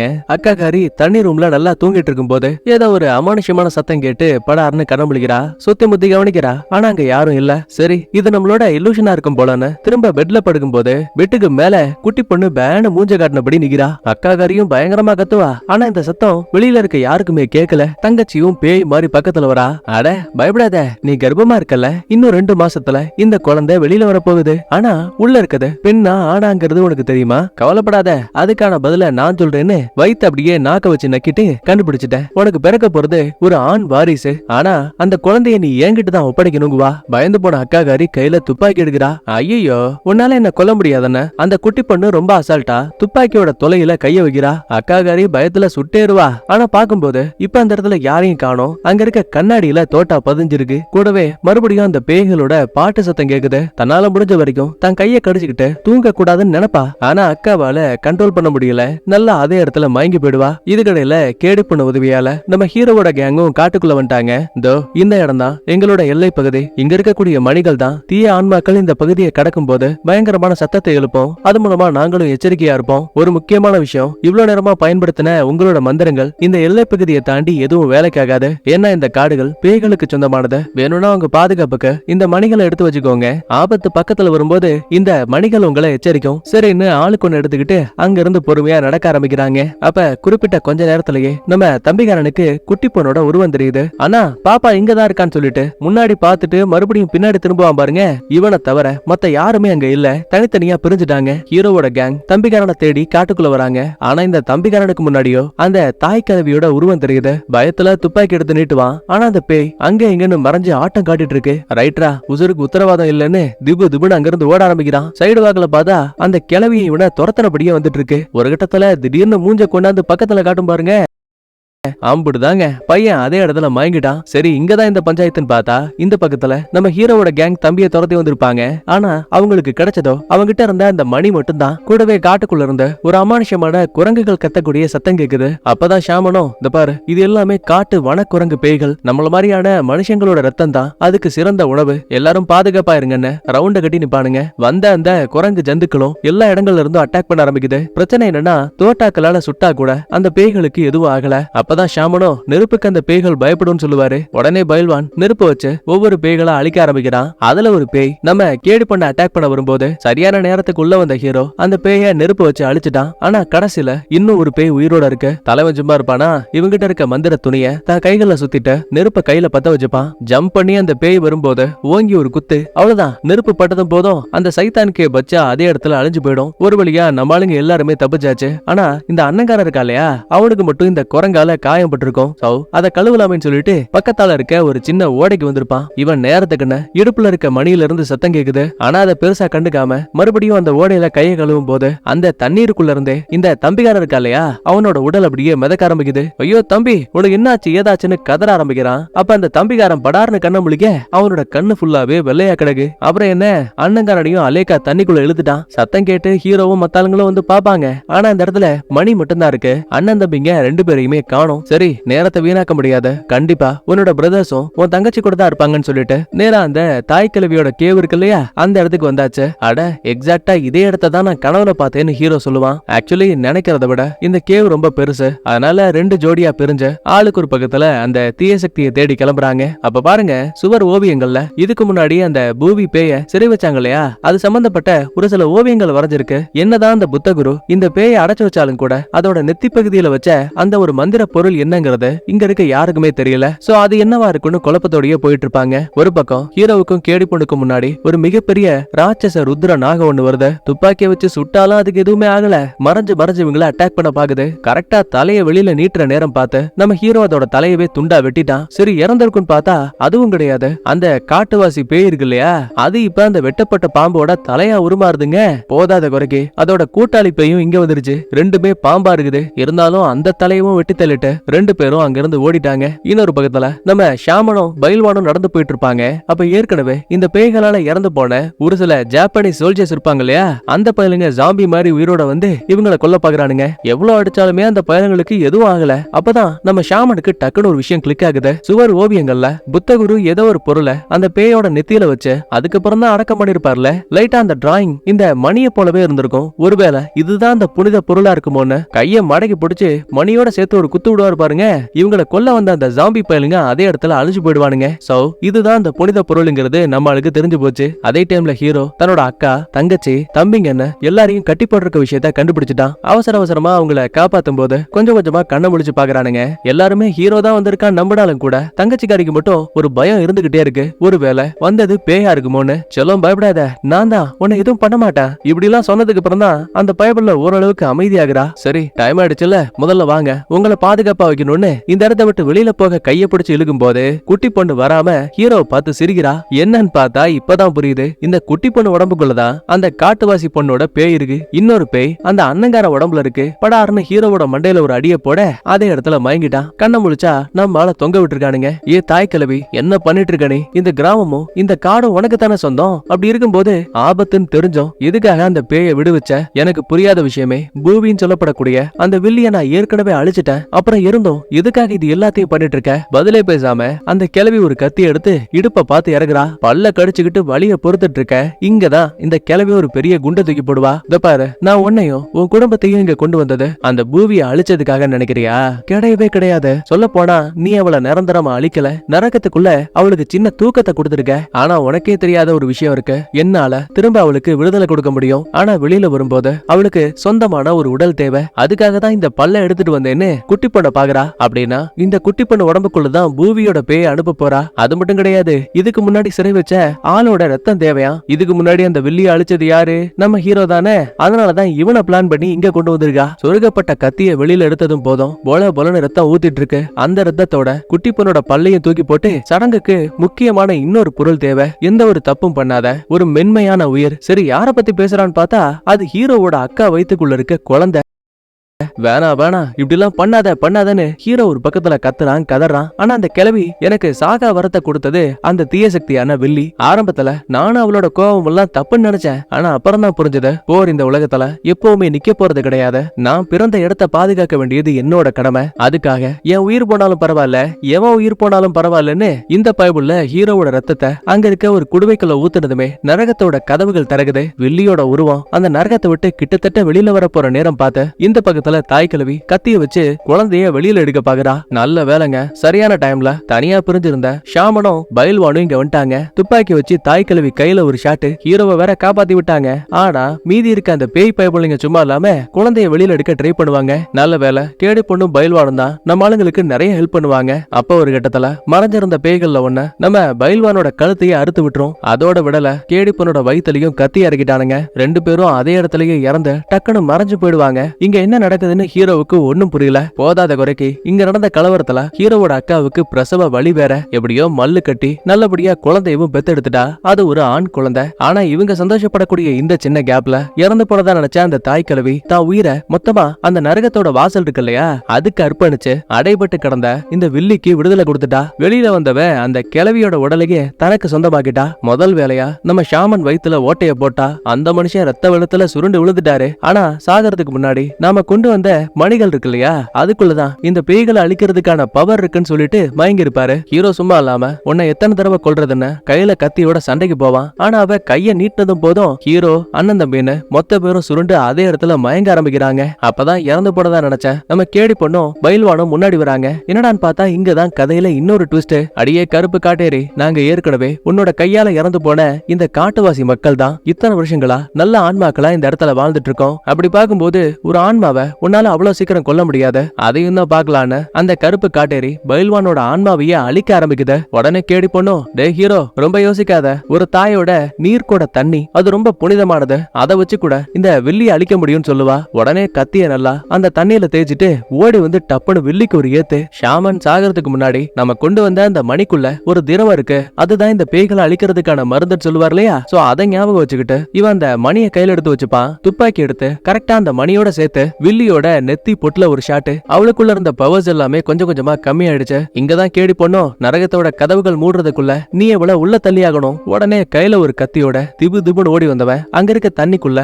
வில்லியோட சேர்த்து இவனும் உள்ள விழுந்துருவான். மாங்குன்னு கத்திய வச்சு குத்திட்டு அவளை அப்படியே அந்த நரகத்துக்குள்ள தள்ளும் போது நீயும் என் கூட வான்னு கால்ல இழுகிறா. கவலைப்படாத, நான் உன் அளவுக்கு கெட்டவன் கிடையாது, நீ இன்னைக்கு போ, வாய்ப்பு கிடைச்சா நான் இன்னொரு நாள் வரேன்னு ஓங்கி மூஞ்சி மேலேயே ஒரு எத்து. அவ்வளவுதான், வில்லி நரகத்துக்குள்ள போயிடுவா. நம்ம ஹீரோ தப்பிச்சு மறுபடியும் வெளியில வந்துட்டான். இந்த காட்டோட நல்ல ஆன்மாவா இருந்த நம்ம கேடி பொண்ணும் பயில்வானும் ஹீரோவுக்கு நல்ல விஷயத்த பண்ணி முடிச்சதுமே அவங்க அந்த இடத்த விட்டு மறைஞ்சு போயிடுவாங்க. அப்புறம் நம்ம காயம்பட்ட ஷாமன் இருக்கார்ல, அவர் மட்டும் ரத்தப்போக்கால அதே இடத்துல இறந்து போயிடுவாரு. ஒரு சில இழப்புகள் இருந்தாலும் கூட இவங்களுக்கு வந்து ஆபத்து முடிஞ்சிருச்சுங்கிற மாதிரி காட்டிதான் இந்த இடத்துல படத்தையும் முடிக்கிறாங்க. எனக்கு தெரிஞ்சு அடுத்த பாகமும் வரும்னு தான் நினைக்கிறேன். பாப்போம், வந்துச்சுன்னா அதையும் எக்ஸ்பிளனேஷன் பண்ணிடலாம். சரி, வீடியோ பிடிச்சிருந்தா லைக் பண்ணுங்க, உங்க ஃப்ரெண்ட்ஸ் அண்ட் ஃபேமிலிக்கு ஷேர் பண்ணுங்க. நான் உங்களை அடுத்த வீடியோல பாக்குறேன். Bye bye, thank you, love you all.